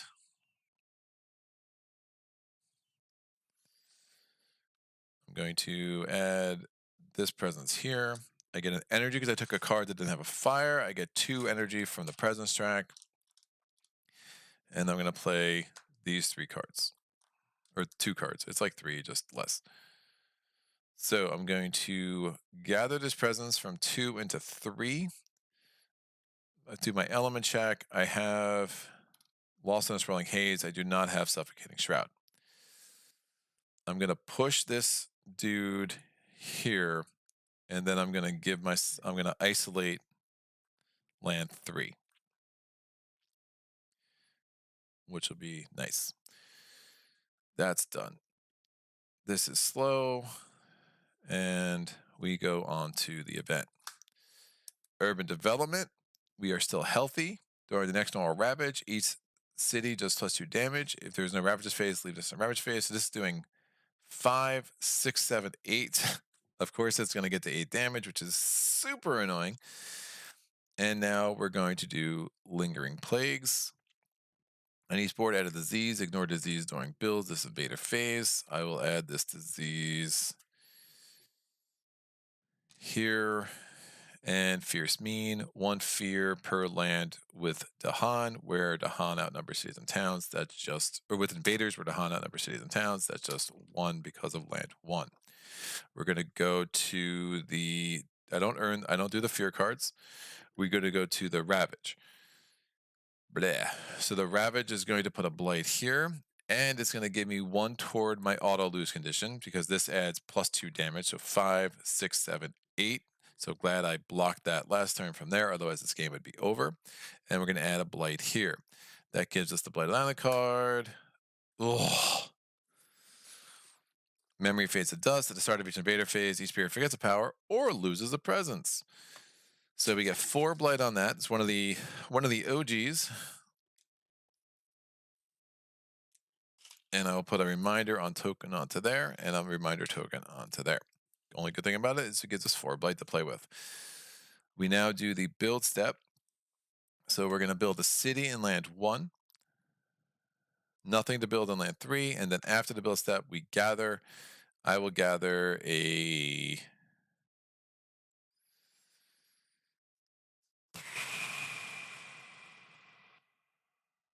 I'm worried about like the coastal lands card big time.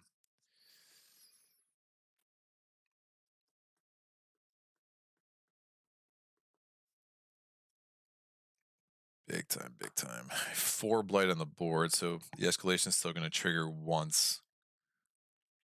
I gather this town from 8 into 1. Do I want to do that? No, I'll gather this town from 7 into 1, and that way the escalation just won't trigger at all. If the coastal lands card obviously doesn't matter, but basically there's literally no place on the board that doesn't have towns. Oh, well, 3. Which would be ironically bad. Yeah, let me not do that. Let me gather from 8. I do not want to put anything in 3 at all. So we're going to do a Ravage. We did the Ravage. We did the build and gathered. We now have to do the Explore. It is mountains. So we add an Explorer into 5. We add Explorer into 8. And I can add a town into 8 because of the escalation. Don't have to do it twice because I have more than 2 blight on the board. Invader cards advance. All right. I'm going to do Dissolving Vapors. I'm going to do 1 damage to every I'm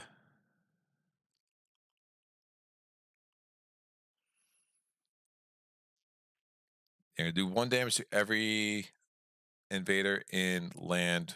Oh, my dahan are still there. Shoot. It's not great, but I still need to do that. So I'm going to do 1 damage to each invader in land 1. It does kill this town and that explorer. That's 1 fear. That's another fear card. And actually, this should be on top of that, not the fear deck. And then I'm going to do Lost in a Swirling Haze. I'm going to gather a presence into land 2. I can target land 2. Now I'm pushing a dahan. There's obviously no dahan there to push, but I can still target land 2 with that because I can target any land. And again, Mischief and Flow allows me to meet those targeting requirements. So time passes. I'm going to discard these. This should be here. And then when time passes, I'm going to get 1, 2, 3, 4 fear. That's another fear card. And that's going to give me 1 energy as well. Considering a ritual this turn, although I'll probably wait because I don't have 3 presents everywhere, and I can wait until I do growth option B next turn. That'll be helpful. I am obviously going to be looking to forget power cards more than lose presence because presence is going to be super important in this specific scenario. So I'm going to do growth option 1. I'm gaining another power card. Again, more power cards I gain, the better because of the fear card. I'm getting 2 energy from the presence track. I'm not adding any presence to the board this turn. My power card options are Gnawing Root Biters, push up to 2 towns. Don't hate that. Gift of Constancy, target spirit gains 2 energy. At the end of the turn, target spirit may reclaim 1 power and instead of discarding it. That will be good if I get the 3 power cards, not so good when I only have 2. Lore of the Unknown has a fire. No thank you. And here we go. That's a card. Sap the Strength of Multitudes. Oh, both of these are injured, by the way. They were both injured by the dissolving vapors. Oh, and that also should have generated a fear off the top, which I don't think I did. I did not. Pretty sure I did not. I got 4 fear when time passed, and I got the 1 fear. Yeah, I'm pretty sure I didn't. Someone could tell me if I took an extra fear that I shouldn't have. I'm pretty sure it's dissolving vapors is 1 fear at the top, 1 damage to each invader, 1 damage to each dahan. I'm pretty sure I just did 1 damage to each invader, and they took the 1 fear because I killed the town. But if someone wants to correct me, I am all ears, kids. Sap the Strength of Multitudes is kind of the obvious choice here. So we're going to grab that. It doesn't have a fire, so we get 1 energy.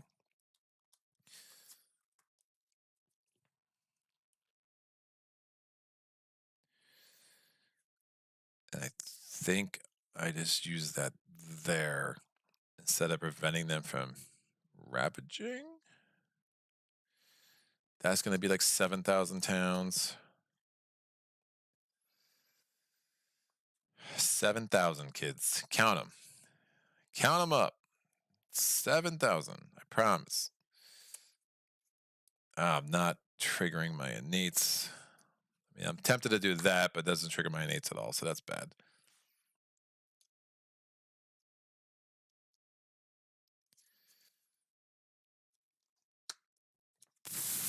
Yeah, I gotta start triggering my innates here.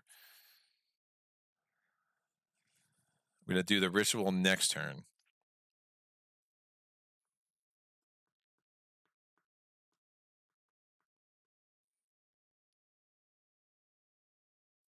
Yeah, we're gonna hold on to the defend 5. I'll do the rituals next turn. So unnerving Paul.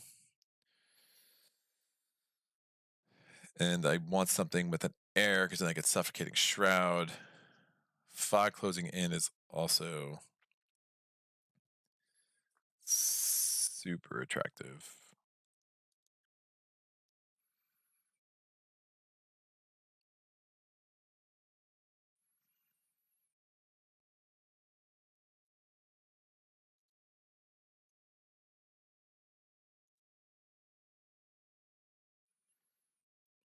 Oof. Being 1 away from losing a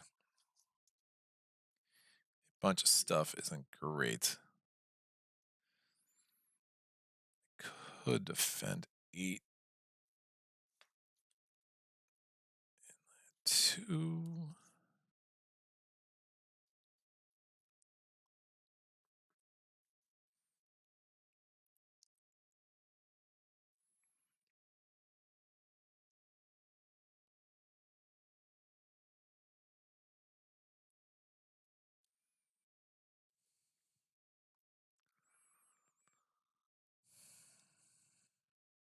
What I want to do is play that. Well, if I played that and that, what does that do? That does give me suffocating shroud. I think that's the answer. All right, we're gonna do that. Talk myself into it. So we got unnerving Paul. We have set them on an ever-trusting trail. Checking the elements. I'm heading off. Good luck, Greg. Say that I finished filthy killing list. Yep. Take care, Tree Waves, John Alderson. Yo, Greg, I want to check out Miss more myself. Good luck with it. How's it going? Well, this is take 2, so it's going poorly. It's going poorly. Ah, dude, this that blighted island card is rough. All right, we have 1 moon, we have 2 air, we have 1 water, so that's gonna go here.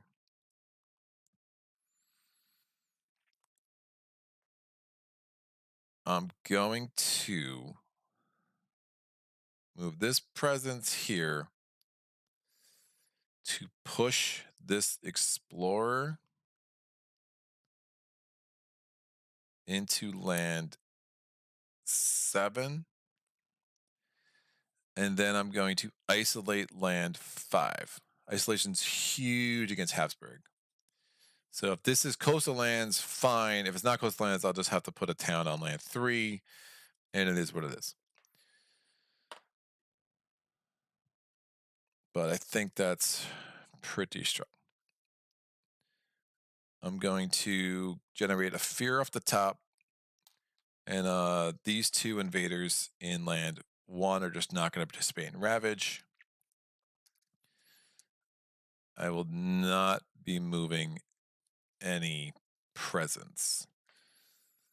I'm just going to, if I can get 2 more fear cards and I do like 17 fear cards at level 2, that'd be amazing. Go to the invader phase. I do need to drop a card.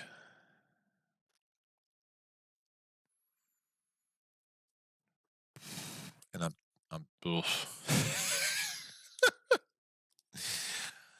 tempted to drop Dissolving Vapors because it's super expensive.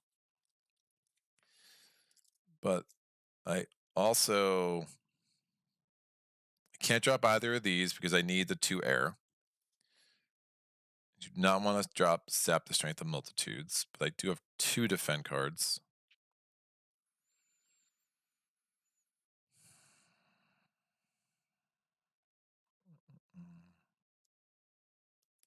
Haunted by Primal Memory is interesting. I just don't know if I'm playing 2 defend cards every turn.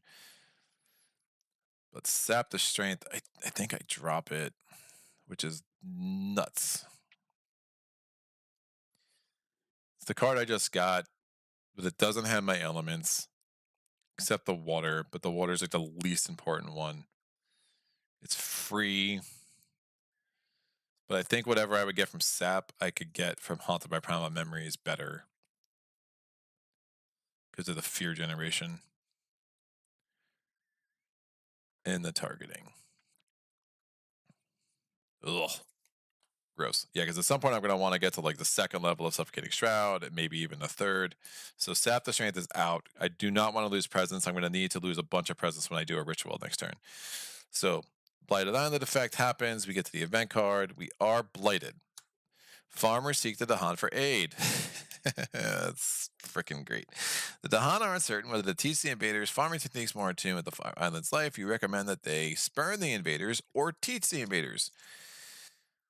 If they spurn the invaders, we do 2 damage to dahan in a land with cities and towns. So I'd have to kill those dahan, which makes me not happy. I'd have to add a blight to a land with at least 2 cities and towns, which is awful. And the cities and towns have -1 health to a minimum of 1 just until the end of the turn. Or on each board, I add a town to a land with dahan. The next normal ravage becomes a build.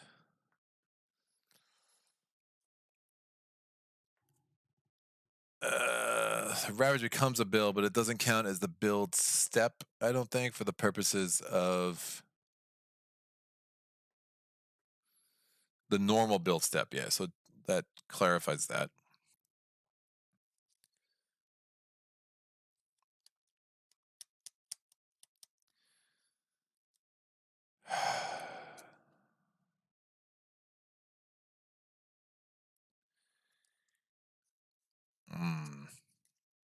This is many levels of unfortunate.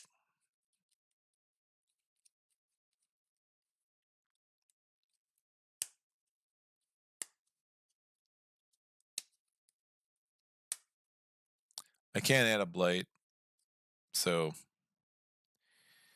against TC invaders, I'm adding a town to a land with dahan. I'm going to add a town to land 1. It's not ravaging this turn anyway. Next normal ravage becomes the build. Bang, bang. I had a reminder over there. Right, that was the +1 damage, which didn't matter because they were not participating in Ravage.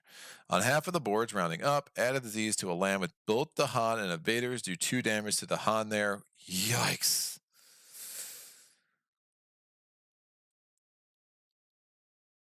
Well, that's all sorts of unfortunate. Wow.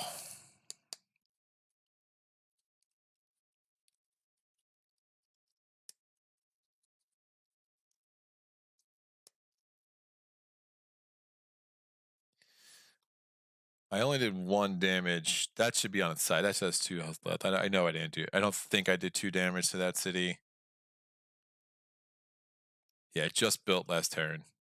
And I did 1 damage to everything. Yeah, so it should be on its side. Again, when the city has 2 health, you put it on its side so you can see 2. I'm going to be down to 3 dahan, which is super bad for this scenario. It's really rough. All right, well, here we go. So adding the disease there. New disease. Why doesn't? I mean, this is like the token event. The token events normally do damage to the invaders. So this is literally just killing my dahan. That's really unfortunate. Okay. Well, fun. Ravaging. Ravaging becomes a build. The disease is going to come off to prevent the build. So we don't get another city, which is helpful. Oh, so stupid. And I couldn't put it there because it has to be dahan and invaders. Half the board's rounding up, so 1/2 rounds up to 1, kids. We are building at 5, nothing to build. We're building at 8, we get 2 towns. And then we can gather a town. I will gather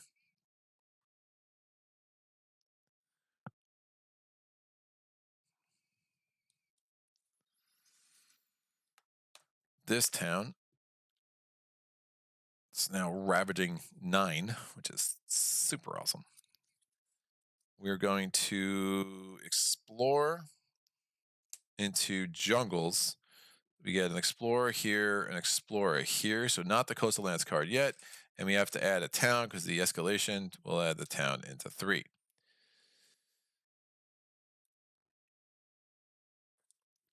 All right, invader cards advance.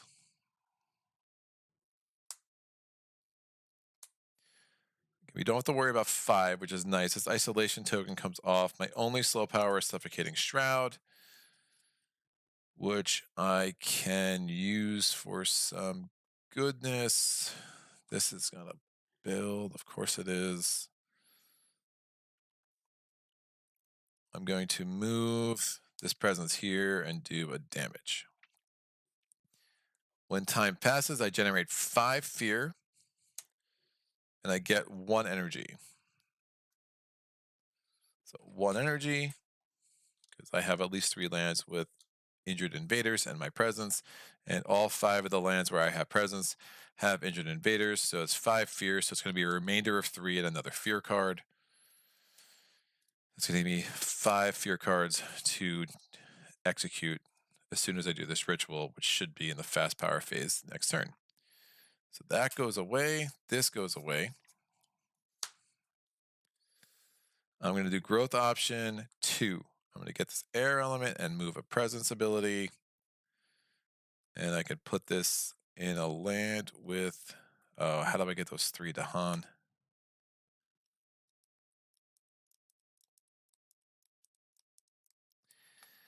Where I need them.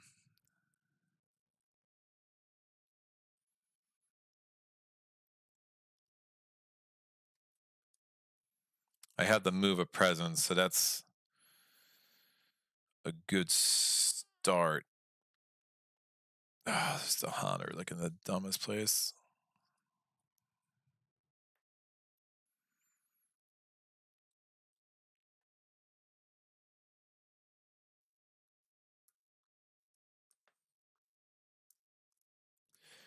I would not have injured this town. I would have just moved one of these presents from there to there. I could target any land. I do 1 damage. Obviously, there's no invaders to do damage to. So I get 1 less fear because I only had 4 lands. But I need to have those dahan there. And now I can add 2 presents there. And now I am set up for a ritual of terror. You don't need invaders there. Just, yeah, that would make no sense. So that's fine. Yeah, it's the only way I'm making the targeting work. And this comes off. So I added 2 presents. Now I can move a presence. With that, I don't know if that's going to make any sense. That's going to blight. It's going to make sure it doesn't blight 8. It's blighting a total of 9 now. I can just defend 3 with Haunted by Primal Memories. So I'll put that out for sure. And if I get another, oh, that would be strong. I get 2 energy from the Presence Track. Let me take that before I forget. And I'm going to play that.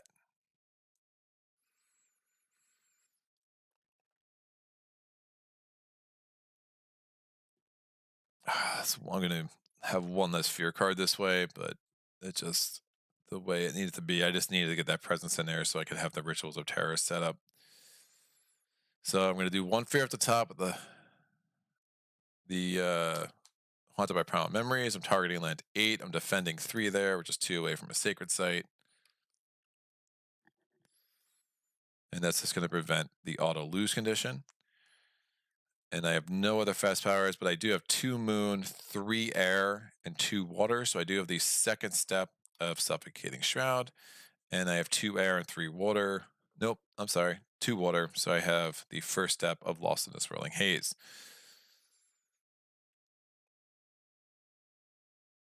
Yeah, I want that air. Great. So that could combo to do some nice destruction here. I'm going to do the Ritual of Terror as a fast power, because I think that could really help with some builds and stuff. So I'm going to get the, is there any reason to wait? I don't think there is.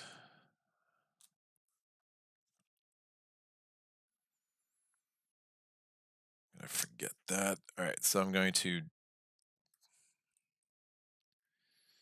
is there any reason to wait?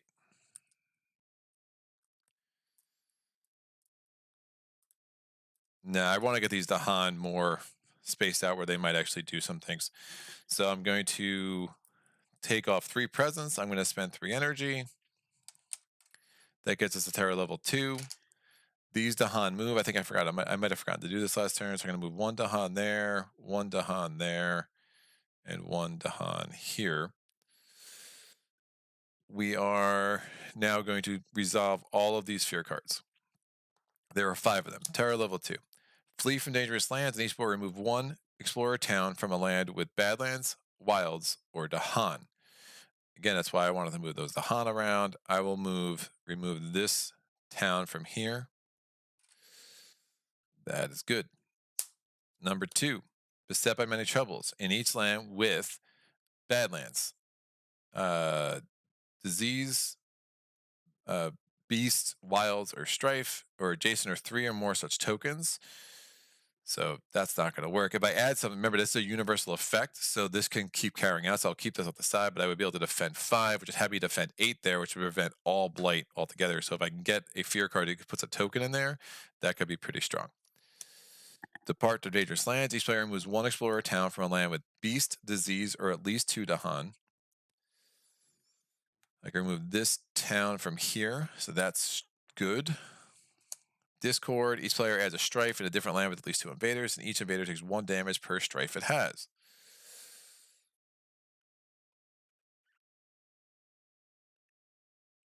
Well, I like that. I'll add the strife here, and then that's going to give me 1 damage to that town. Definitely want to start clearing up some of this board. I'm still worried about coastal lands coming up. And then we have Isolation. Each player removes 1 explorer town from a land with 2 or fewer invaders. Well, that's a little bit unfortunate. So wasn't able, oh, I could have added that strife and defended 5 there. Yeah, let me do that. That makes more sense. So I add the strife. I'm defending 5 here now. So I'm defending 8 total. And with the strife, so yeah, not going to blight, which is great. And now Isolation. Each player moves 1 explorer town from the land with at least 2 or fewer invaders. The only town that applies is that place that applies is theirs, and it has to be done. So I remove that town, even though it's injured and not much of a threat. All right, so now we go to the. That was a fast. I did that in the fast power phase. We're going to the blighted island phase. I'm going to have to drop something. I'm going to set them on an ever-trusting trail because I still don't want to lose any of my presence.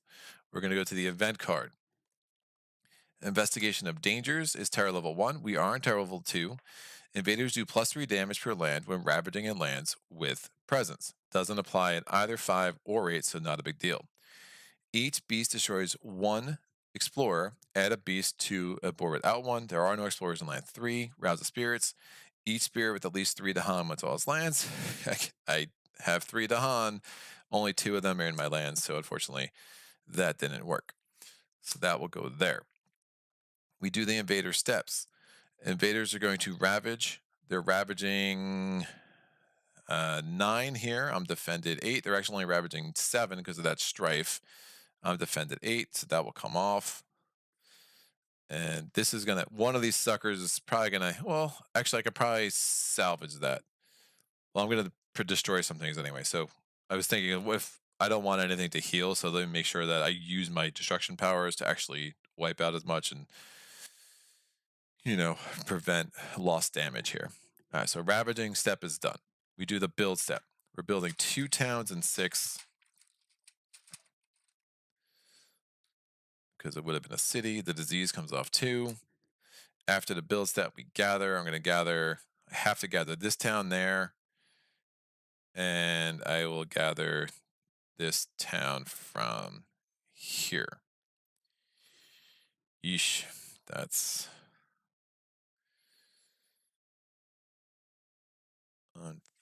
unfortunate. That's going to be rough to do something about that next turn. But so we did the build, we did the gather after the build step, and now we do the explore. So we never got the coastal lands card. I still only have 4 blight on the board. So explore,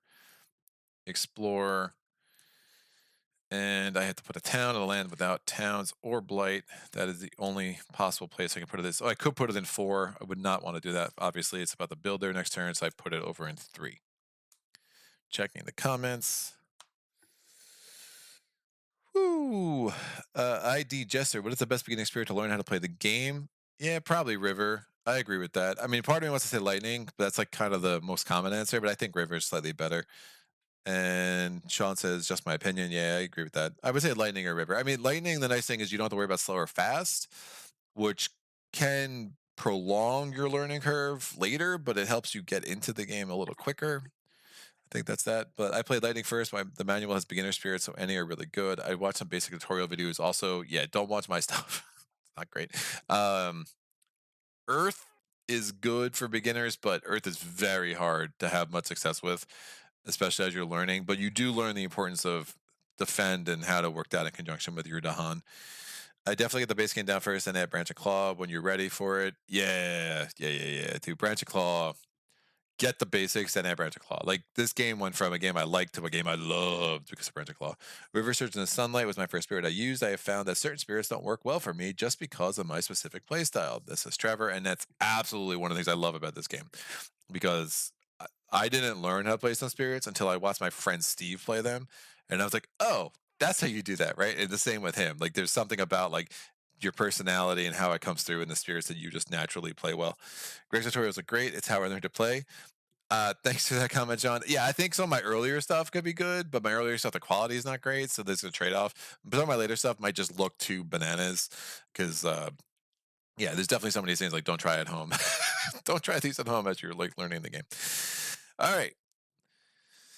How do I want to do this? I didn't get anything to gather dahan because I do want to do that Ritual of Terror again to get to Terror level 3, because that's realistically how I'm going to have a window of opportunity to win this.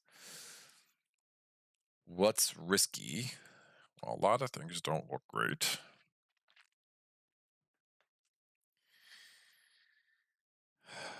Man. Oh man, oh man. My presence is like making a weird circle.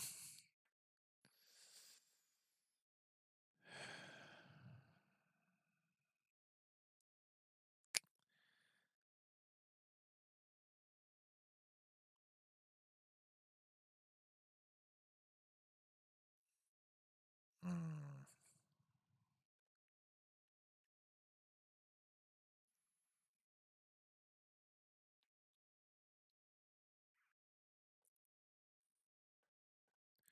This is ravaging 10 next turn, which makes me super nervous.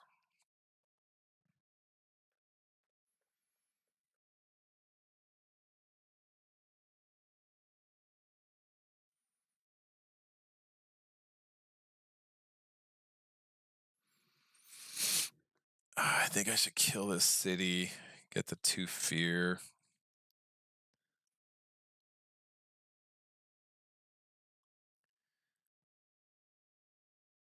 This has an injured town, but obviously both of these, oh, this one's ravaging too. That is ravaging too, my friends.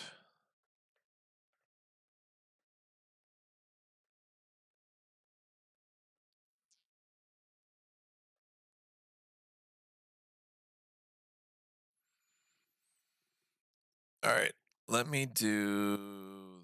ah, Man, I'm just about to lose so much damage. I guess this is only 2 pieces of damage. It's not the worst. When I gathered a town from 7 into 6, I would have just gathered one of the injured towns. I think that makes a little bit more sense. And that was after the build step. All right. I'm going to move this presence here. But the fog closes in.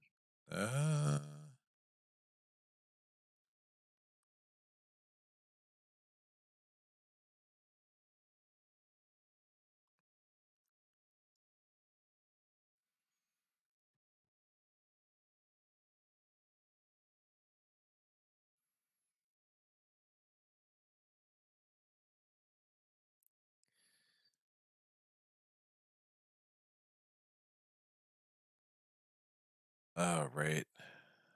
Yeah, this is nutty.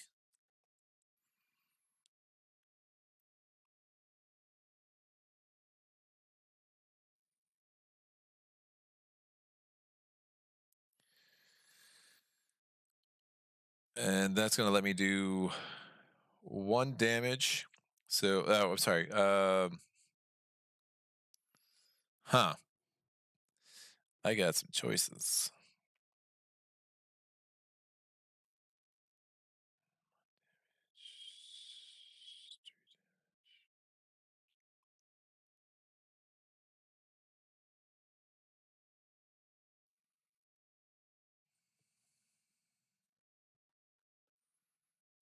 I have to get these dahan into a better place.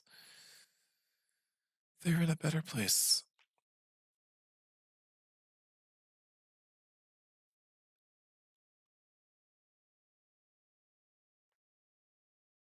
Yeah, I think this makes the most sense. I'm going to move this in.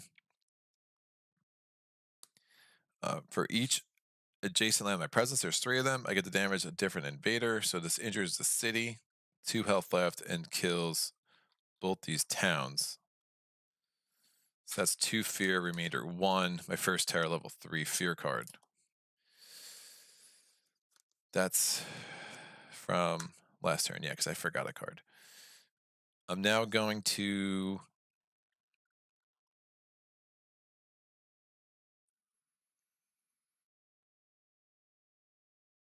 I don't want to. These both have 2 pieces. I guess they both have 2 health left. Guess that's fine.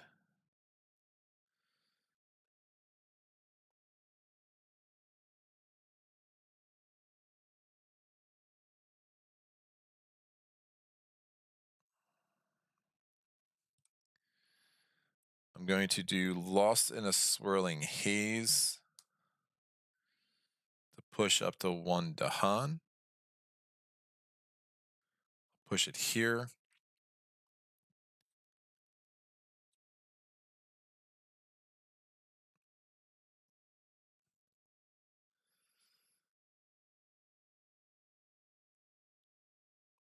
And then I'm going to let that city heal. I'm going to push, I'm going to do a presence into there to do Suffocating Shroud. I'm going to do 1 damage. And then 1 damage to different invaders because of two presence in surrounding areas. So actually, let me have left that. I would take a healthy town. I'll leave a injured town there, and then I'm going to do two more damage in this land. So that those two towns are both injured.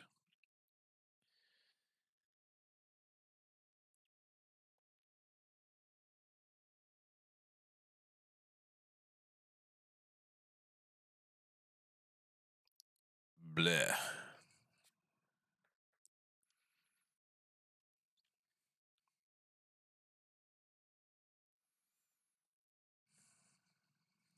Wonder if I can get another ritual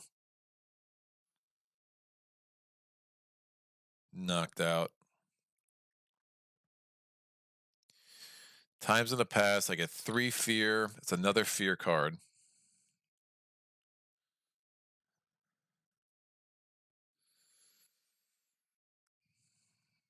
I get 1 energy because I have 3 lands that have injured invaders.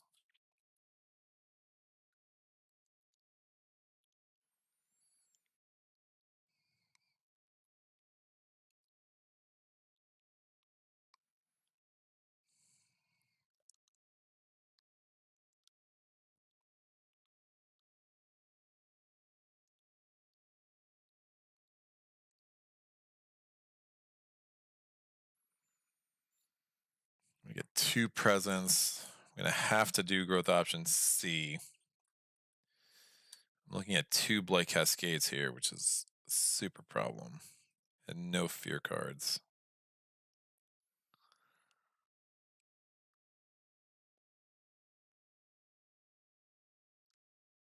When I did the 1 damage and injured 2 more, let me have actually wiped out one of these towns. That's a fear. So now it's ravaging 8. Again, if it ravages 8, I lose. So I need obviously something else to go my way. I'm going to add a presence to.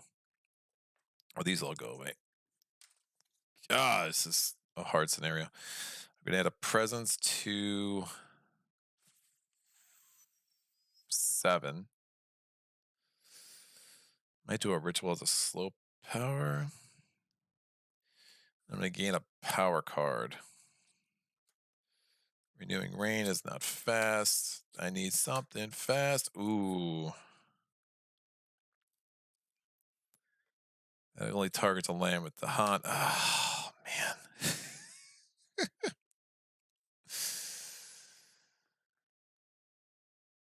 That's unfortunate.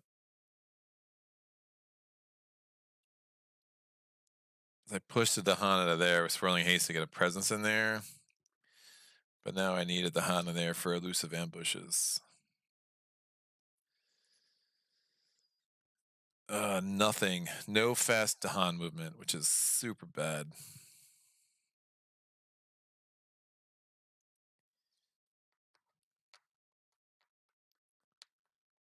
I get fast presence movement because I have that.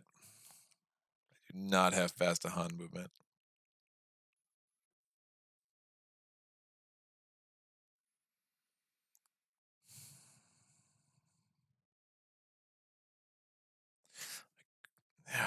So bad.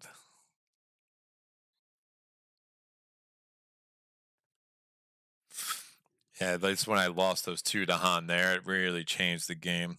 Because just now I need to get those same 3 dahan in the same spot every time. And that's going to be just really, really rough. Blight Cascade. Yeah, I need the event. I mean, I can't do a ritual, so the only thing that's going to help me is the event card. Only thing that can help is the event card, and my dahan are not in the right place.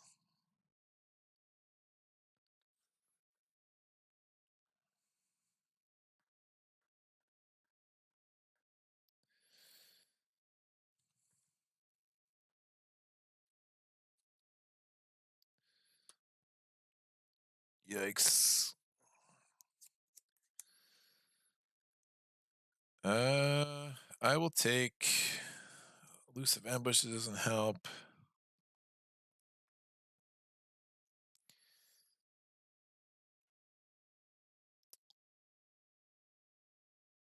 take Bat Scout. Just the ability to gather dahan is huge. And it has my elements. And then I'll take Flowing and Silent Forms Dark by. I took a card that didn't have a fire, so I get an energy. That cost me 1.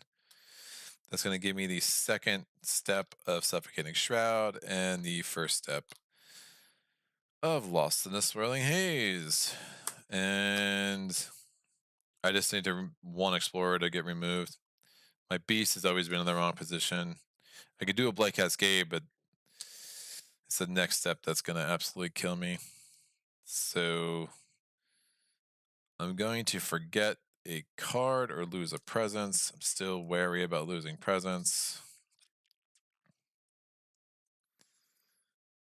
I'm going to get rid of the Dissolving Vapors because it's just expensive. I'm going to reclaim cards anyway. Here we go. Oh, Flowing. So I do 2 fear. I'm going to have Flowing and Silent Form Start by active in land 3. And I can move a presence, or land 6, and I can move a presence out of land 2. I will do that. Make a Sacred Site in land 5.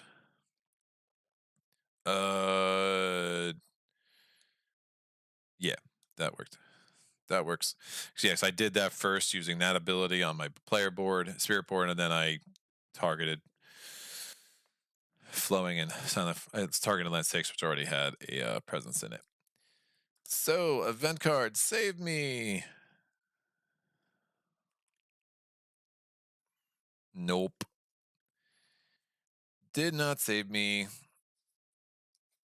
Yeah, it's unfortunate. Oh, it's so bad. Oh, I just needed 1 power to let me move a dahan. Then I do, there you go, Call to Gar would have been huge. It's annoying. All right, for the rest of the turn, nope.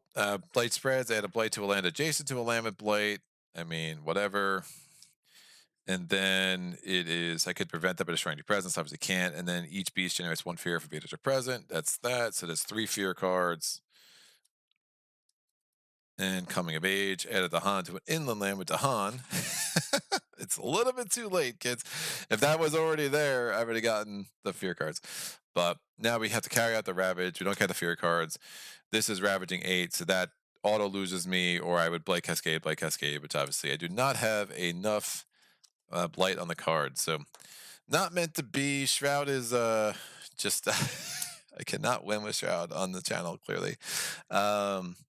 It's just it's a very tough scenario for Shroud, but a very fun scenario. It's a fun little puzzle. I will definitely try this again on my own and see if I can't crack the code, at least the Terra level 3.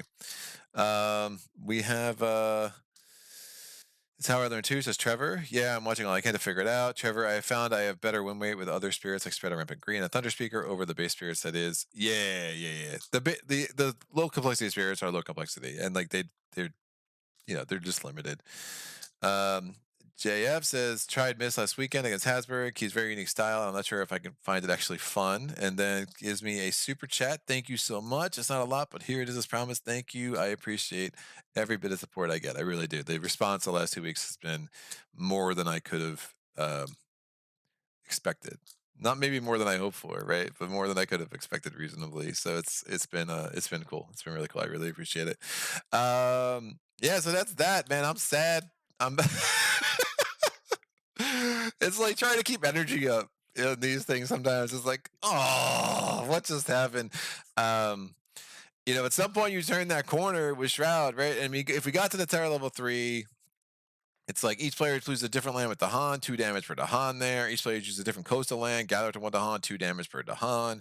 Each player chooses a different land to isolate, defend a 4 in those lands. I mean, those are like the Terra level 3 cards, which are super, super nice.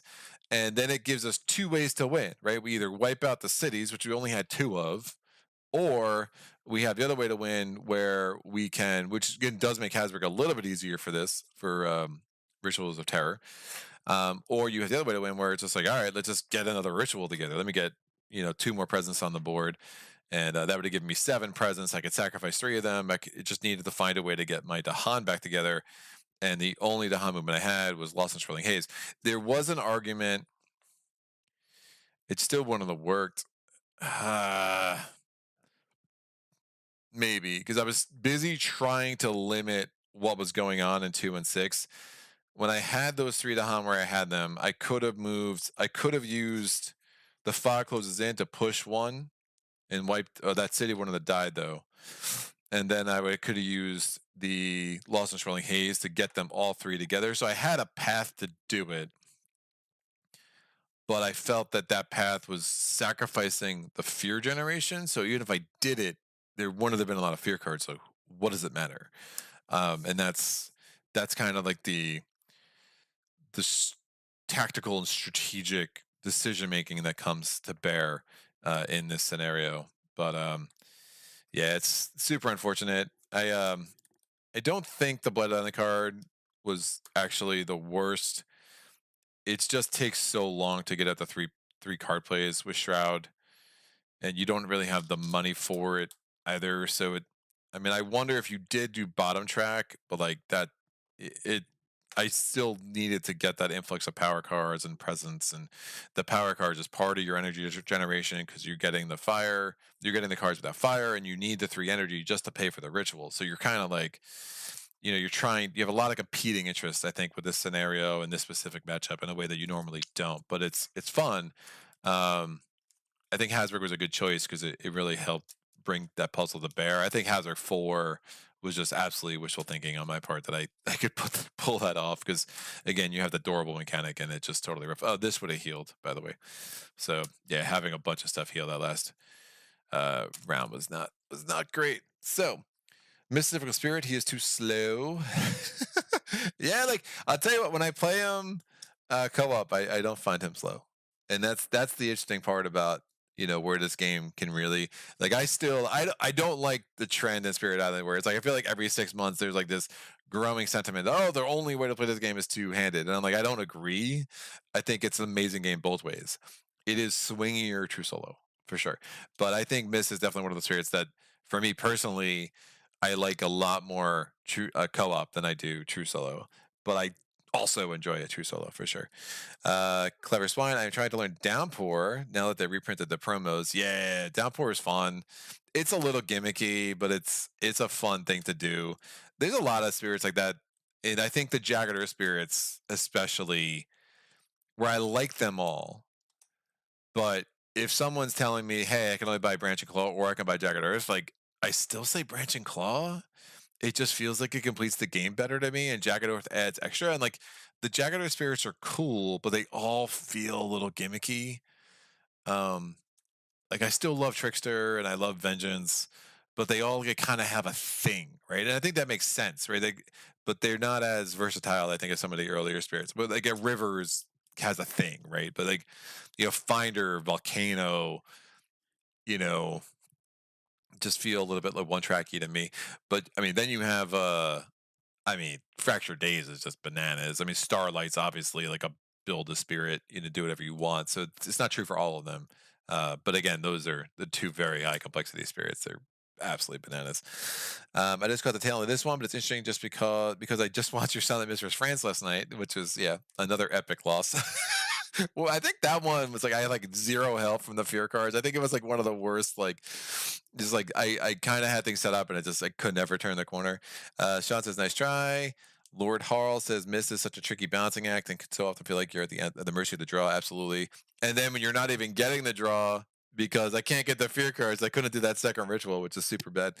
JF says, "Agreed. Miss relies too much on getting a perfect card to avoid blight, cascade every now and then." And Lord says, "Yeah, of course. What I said was the solo spirit.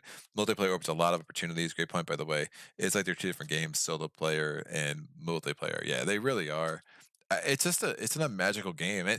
I think I used to play this game so much more co-op, which is why I just always play true solo when I was alone.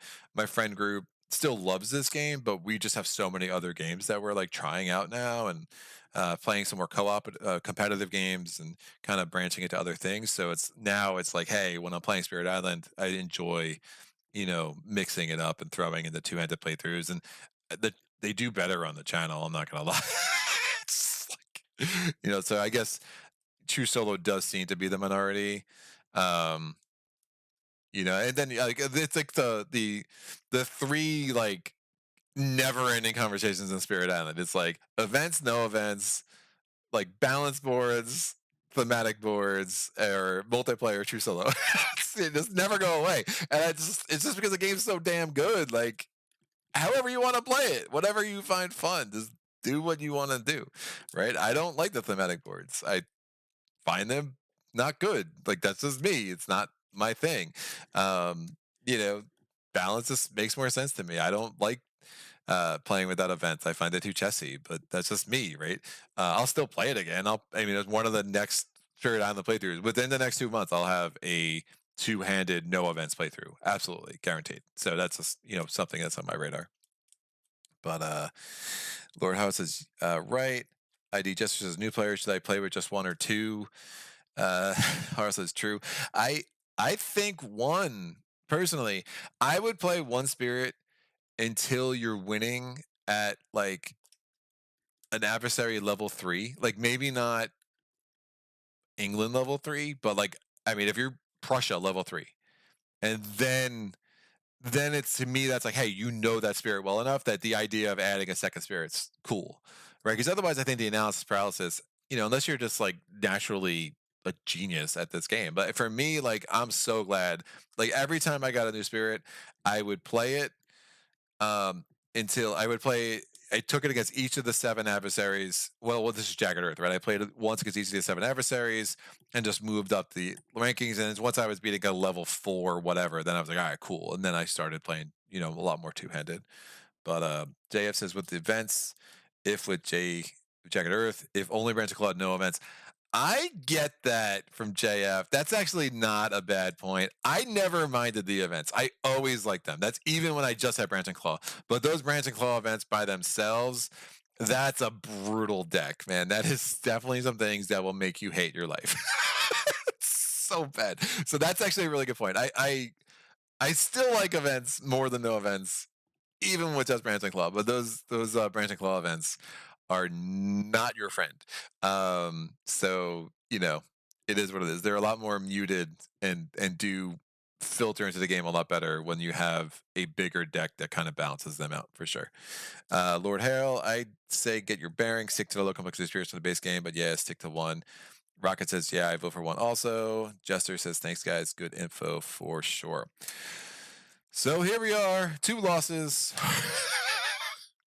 What did I do on Monday? Did I played was it Monday Maze Night? Oh, no, that was last week. Maze Night I got crushed. And Gaia Project. Yeah, I had an emphatic win in Gaia Project. All right, so I've logged. No, that was Friday. What the heck did I do Monday? This is bad, guys. I'm losing my freaking mind. I don't know. Someone can tell me what I did Monday, or is today Monday, and I just have no idea what's happening. Oh, this is so bad. I'm looking it up. This is gonna drive me crazy. Content. I have so many comments to get back to, you guys. Shorts live. I played Cloudspire on Monday. Oh yeah, that was a 2 renown win, so it's kind of a win. But we're due. We're due for a win. I'm going through a losing streak, which is good. Rocket says Cloudspire. Yeah. It was Cloudspire. So yeah, speaking of Cloudspire, we're gonna get too many bones on the channel next week. I have Champions of Horror I'm doing on Friday. I might be playing to myself, and that's fine. It's just I really want to get back to that game a little bit more than I have. JF says, "Oh, I recommend try and win with each spirit one-handed once and 2 spirit game already." Yeah, I could see that advice. That's probably the standard advice. I think there's more people that like the game a lot more two-handed. I mean, two-handed gives that opportunity for synergy is really nice. And if you're not playing with friends ever, like, you're gonna want to experience that part of the game for sure. But what else I coming up next week? I'm gonna do a Zeds at some point. I don't know when, but I want to get it on the channel, especially after the top 10 yesterday. It got me like really wanted to play that game more. Uprising's coming up soon. Machina Arcana, I think I finally got my head wrapped around that one. I do want to do another Space Empire soon, but I am very far away from having that live stream ready because it would be like a 7 hour playthrough. So because those alien empire scenarios are nuts. I could do the easy one in about 3 hours, but the normal one with the empires, whew, no, that's not going to work. So I got to go back to the drawing board with the space empires. Sagia will be happy. I have not given up on Imperium, so we'll be back there. So yeah, lots of cool things I got planned coming up in the next couple of weeks. I should have that Return to Dark Tower playthrough edited and ready to go by the end of the month because I'm going away for, oh, I guess early next month. I'm going away for a week, so that will be the only video I'll release when I'm away. Got a family vacation planned with my wife's family, which will be great. What Too Many Bones will you play? What Gearlock and Tyrant? I don't know the gear. Oh, maybe I do know the Gearlocks. Hold on. I'm working my way through the Splice and Dice Tyrants. When they gave me the review copy of that, Josh Wilgus, I think that's his name. I always butcher his last name, but yeah, Josh, super cool dude. He was the one who got me. He asked if I could feature all the actual ready-made Splice and Dice Tyrants because he feels like all the content of Splice and Dice are about building your own tyrant, and he says those tyrants are the best part of the box, and I love those tyrants so far. I find them very, very interesting. Going against Blobulus. So I guess this is only gonna be the second Spice and Dust Tyrant. So I got Blobulus, and there's three more. You got Leech, you got Oxide, and then you have Luck gear. And then once I get through all the Spice and Dice Tyrants, then we'll start working into the Build a Tyrant mode or the Apprentice mode. And hopefully, before I'm done with all that, though, I'll have all my Hoplomachus Victorum stuff, and I can throw in a bunch of Gearlocks. But the Gearlocks, I'm still limited to just the 6 between Undertow and the base game. So I'm looking at Patches and Tantrum on sometime next week. Top Banana Tabletop. Dude, I love that name. It's amazing. With your love of Gaia Project, any chance you'd be looking into Terra Mystica solo? Probably not. Probably not. I've thought about it. It occupies like the same space for me. And honestly, Gaia just doesn't. I love Gaia, but it just doesn't do enough on the channel for me to like really want to double down with basically the same game just in a different theme. So I haven't fully ruled it out yet. I've heard the solo mode for Terra Mystica is really good. I haven't made the investment. And I just think if I play Terra Mystica, I'm just gonna want to play Gaia. Like, to be honest, I just find it a better game. Ooh, that's nice. That will be a nice watch. Cool. Yeah, I'm excited to see more of. I mean, from what I saw of Ammonite, I was like, whoa, that was a very cool tyrant. Like, Josh is absolutely not lying to me when he was like, yeah, they're really good. People should play them more. So I'm excited to see more what's in that Spice and Dice box. It'll help me decide if I should buy Spice and Dice. I like it. I didn't have to buy it, so take my words with a grain of salt for sure. I was kind of like you. I was like, I don't want to spend $60 for this, and but I'll take a review copy. And Chip Theory Games was kind enough to hook me up. So, but I mean, again, I still like haven't purchased the Autoventana Shell, right? Like, I'm just not that guy. I'm not that much of a completionist. I kind of want it, but like, that's a lot for one tyrant in a book that I don't really have room for. So, it is what it is. But Spice and Dice is great. Like, the baddies are so interesting. And I think especially as someone who doesn't have 40 Days of Daylore or the Age of Tyranny, the baddie variety in Spice and Dice is really nice. Like, I really like what they bring to the game. So, also one last thing, may I request not Patches? He feels boring and too straightforward. Yeah, like, I hear it. He's more interesting co-op, and I'm starting to play two-handed more. I think he'll be interesting with Tantrum, and the problem is, like, I only have 6 Gearlocks. So you won't see Patches a lot. I think I actually mapped out all my Too Many Bone stuff. Yeah, after that I got Boomer and I always say Pickles. Wow, too much Dawn of the Zeds on my mind. After that is Duster and Tantrum. Yeah, you won't see Patches for like 4 months after next week. But again, I got everyone else coming, man. I mean, the Lab Rats and Gilly, which I'll probably just play once and to be like, yeah, he's too strong for me. Or I'll do what I did with Lore and be all arrogant and lose anyway. But yeah, I mean, I got all of them, and I'm excited about freaking the Tinkerer guy, Gasket. I'm excited about. There's the one like female Gearlock who's like riding on her warthog. I mean, I'm excited about all the her boar, I guess. I'm excited about all of them for sure. Shale is pretty cool, actually. Better than I expected, says Rocket. Cool, cool. It seems good. People like it. I it's just I just keep looking at it from a value proposition, and I'm like, I don't see it, but it's chip theory, man, and they definitely pour in the quality. So Rocket says I like Gasket a fair bit. So cool, cool. Yeah, I'm excited, man. And the ones for Unbreakable look great. I mean, I'm that campaign. I wasn't totally in. I'll tell you what, I wasn't in on Unbreakable until they announced the 40 caves, and I was like, "Oh wait, you're actually giving me a complete game for once?" Like, because I mean, the base game does feel a little bit incomplete until I get like Age of Tyranny and I get the extra encounters. But the fact that they're throwing in all the extra encounters right up front as part of the campaign, I was like, "All right, great, I'm in. Sign me up." So, Dart is on a boar. How much experience do you have with Too Many Bones? I mean, a fair amount. I've probably done. I mean, I'm probably over 10 videos on the channel already. I mean, it's just I haven't had the variety experience. I've just had the base game and I have the Undertow. And Undertow's grown on me. I didn't like it as much as the base game at first. I would still say people just start with the base game. But yeah, it's good. I think I have I went through every tyrant in the base game. I went through every tyrant in Undertow, and now I'm working through the Splice and Dice tyrants.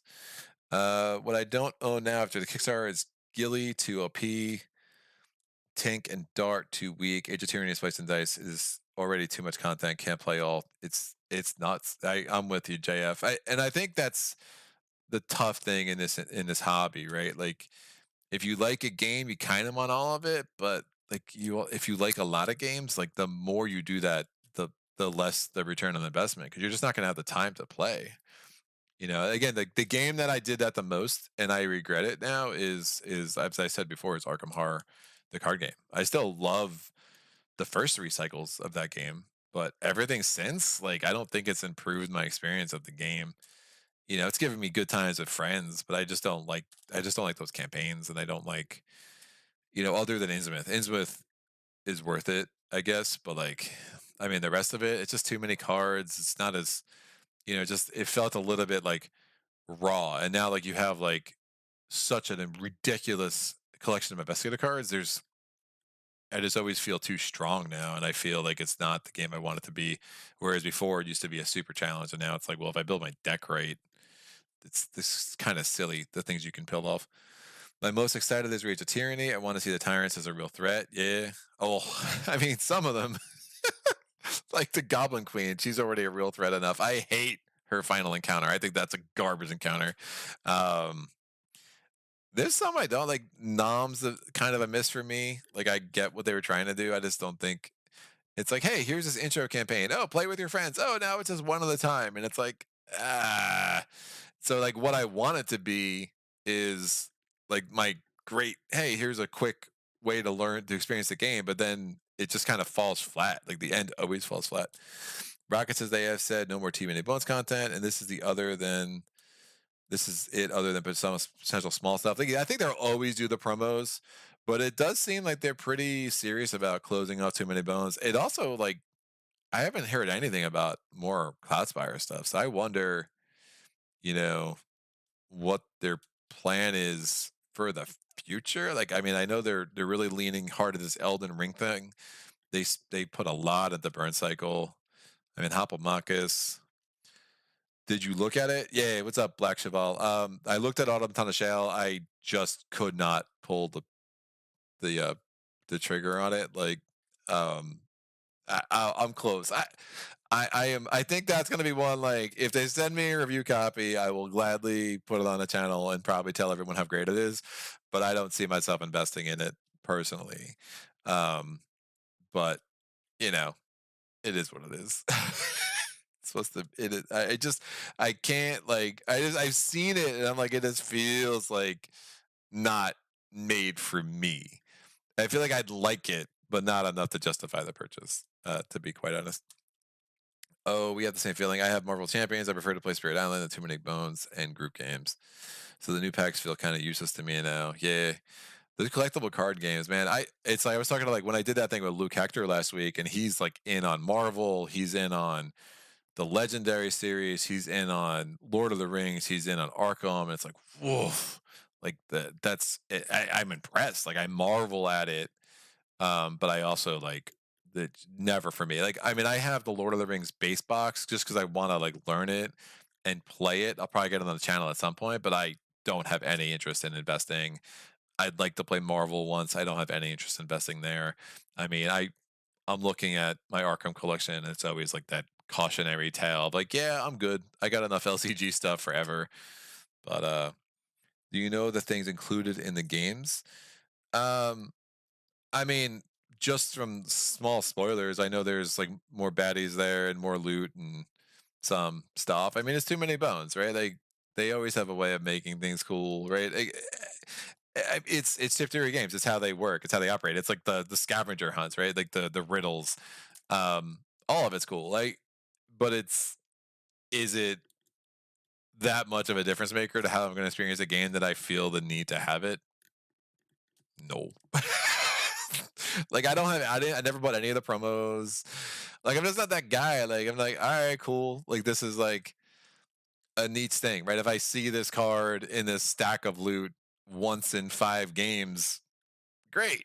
You know, when I see the stuff that I got from the riddles, it brings a smile to my face. But the game is still good without it. Like it is what it is. But yeah, I've heard it's really well done.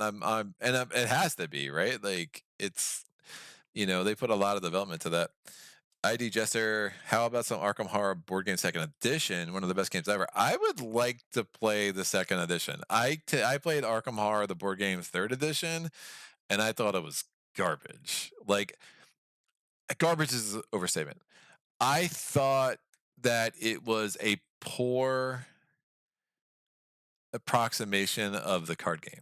Right, I felt like because I played this scenario that happened to be Umhartoth, which was basically the Night of the Zealot campaign, but it was all in one sprawling Arkham night, and I just found it like the third edition a little bit pandemic-y, a little bit like just all right, this is interesting. The most interesting thing I found was like how they take the same characters and they have a little bit different like conception of how those characters work, and I thought that was really really fascinating. But the gameplay itself, I just was like, I would just rather play the card game. Like this is not very good to me. So I think it could have been in the scenario. Maybe I need to play more scenarios, but I've also heard that second edition is way better than third, for sure. It plays great solo when you run 2-3 investigators. Rocket says new baddies, day cards, loot, and a story quest. JF says, if I'm going to buy Spice and Dice, my main reason is the riddles. It's so fun. 6 to 8 hours of fun headache. Oh, yeah. I pounded that out with a friend who's like just a guy who just knows random stuff. And we were able to do the Spice and Dice one in about 4 hours. But the Undertow one took me a good 8 hours. Easy, easy, easy. ID Justice third edition doesn't really play like the normal second edition board game. Yeah, I've heard that. I've definitely heard that that's the third took some liberties with the design that just kind of cheesed it up a little bit. But I was glad I played it. But I was like, all right, don't want to play this again. So now it's like, yeah, maybe I should hunt down second and play that. But I mean, Fantasy Flight has a way of printing money and whatever they do, right? So, although I don't know, I'm curious to see what Fantasy Flight does in the next few years, especially with rising shipping costs and whatnot. Like, I'm curious to see what they do with Descent. Especially after some of the there were some really you know out there like bad reviews of it. I mean, I still love it. I like it a lot. The end kind of put a bad taste in my mouth. I thought the conclusion of the campaign felt like a marketing pitch in a way that kind of rubbed me the wrong way. But it's good. The gameplay is good. I find it super interesting. It's easy enough to set up solo and play it out. But that is that. So cool. I should wrap this up, get some food. This was fun. I will be back on Friday with Champions of Horror. And I'm gonna do the second solo campaign, which is basically you're just trying to throw a big party and it's crazy. That game is zany and weird and nuts, and I just like so much about it. Like it's a cool one. If you haven't seen Horror, if you didn't watch my first video, Um, I would definitely recommend it. It's got so many things that I like, and I think the gameplay is really cool and slick, and um, it's just weird and zany. But like, I mean, if there's like a little bit of Maze Knight to it. Like, there's a little bit of like, just some of it feels a little Maze Knighty, uh, and it's a little bit more streamlined and some other stuff going on. The card play is like really, really fun and give you some combos. But so that's Friday. But again, everything I mentioned, if you want to see what's coming up next, I do have that public post on my Patreon page. You always go there. You can see what I have kind of lined up as we round out of July and start approaching August. So some cool things. Um, and I think that's it. So this was fun. I'm gonna go try to win this on my own. Probably is not gonna succeed, but I'll try anyway. And when is Too Many Bones again? Sometime next week. I'm not sure. Like, my schedule is like not like what it used to be. It was super rigid, but I'll always have it posted about 2 weeks, 2 days ahead. So you can always go on my channel and see. But I think I have at this point. I think I have it penciled in for Monday. But I think my wife said we're gonna be at her brother's on Monday now. Where are we at? Games. So it'll probably be Tuesday. It'll probably be Tuesday, and then I think I'm doing another Maze Night on Wednesday. Is the current plan. So, Black Chevelle says, I only recently found your channel the past couple of days, so I'm curious what's been on your table. Obviously, Spirit Island. I saw the Maze Night stream. Yeah, uh, just all the good ones, man. And some maybe not so good that I just really like. So, it's I try to keep a nice variety, but Maze Night, Spirit Island are easily my bread and butter on this channel, and so you'll see probably at least one of them every week that I do 3 live streams. You'll probably see at least one of those, and that's one of the nice things about going to 3 live streams a week is that I can kind of keep them more regularly in a rotation. Cool. You just answered it. Laugh out loud. Cool. Thank you. And Sean says, I'm looking forward to more games. Yeah, me too. So, speaking of that, let me go eat some food and then play some more off camera. But I hope everyone has a great night or morning. I don't know, whatever time zone you're in. And until next time, thanks for joining me and happy gaming.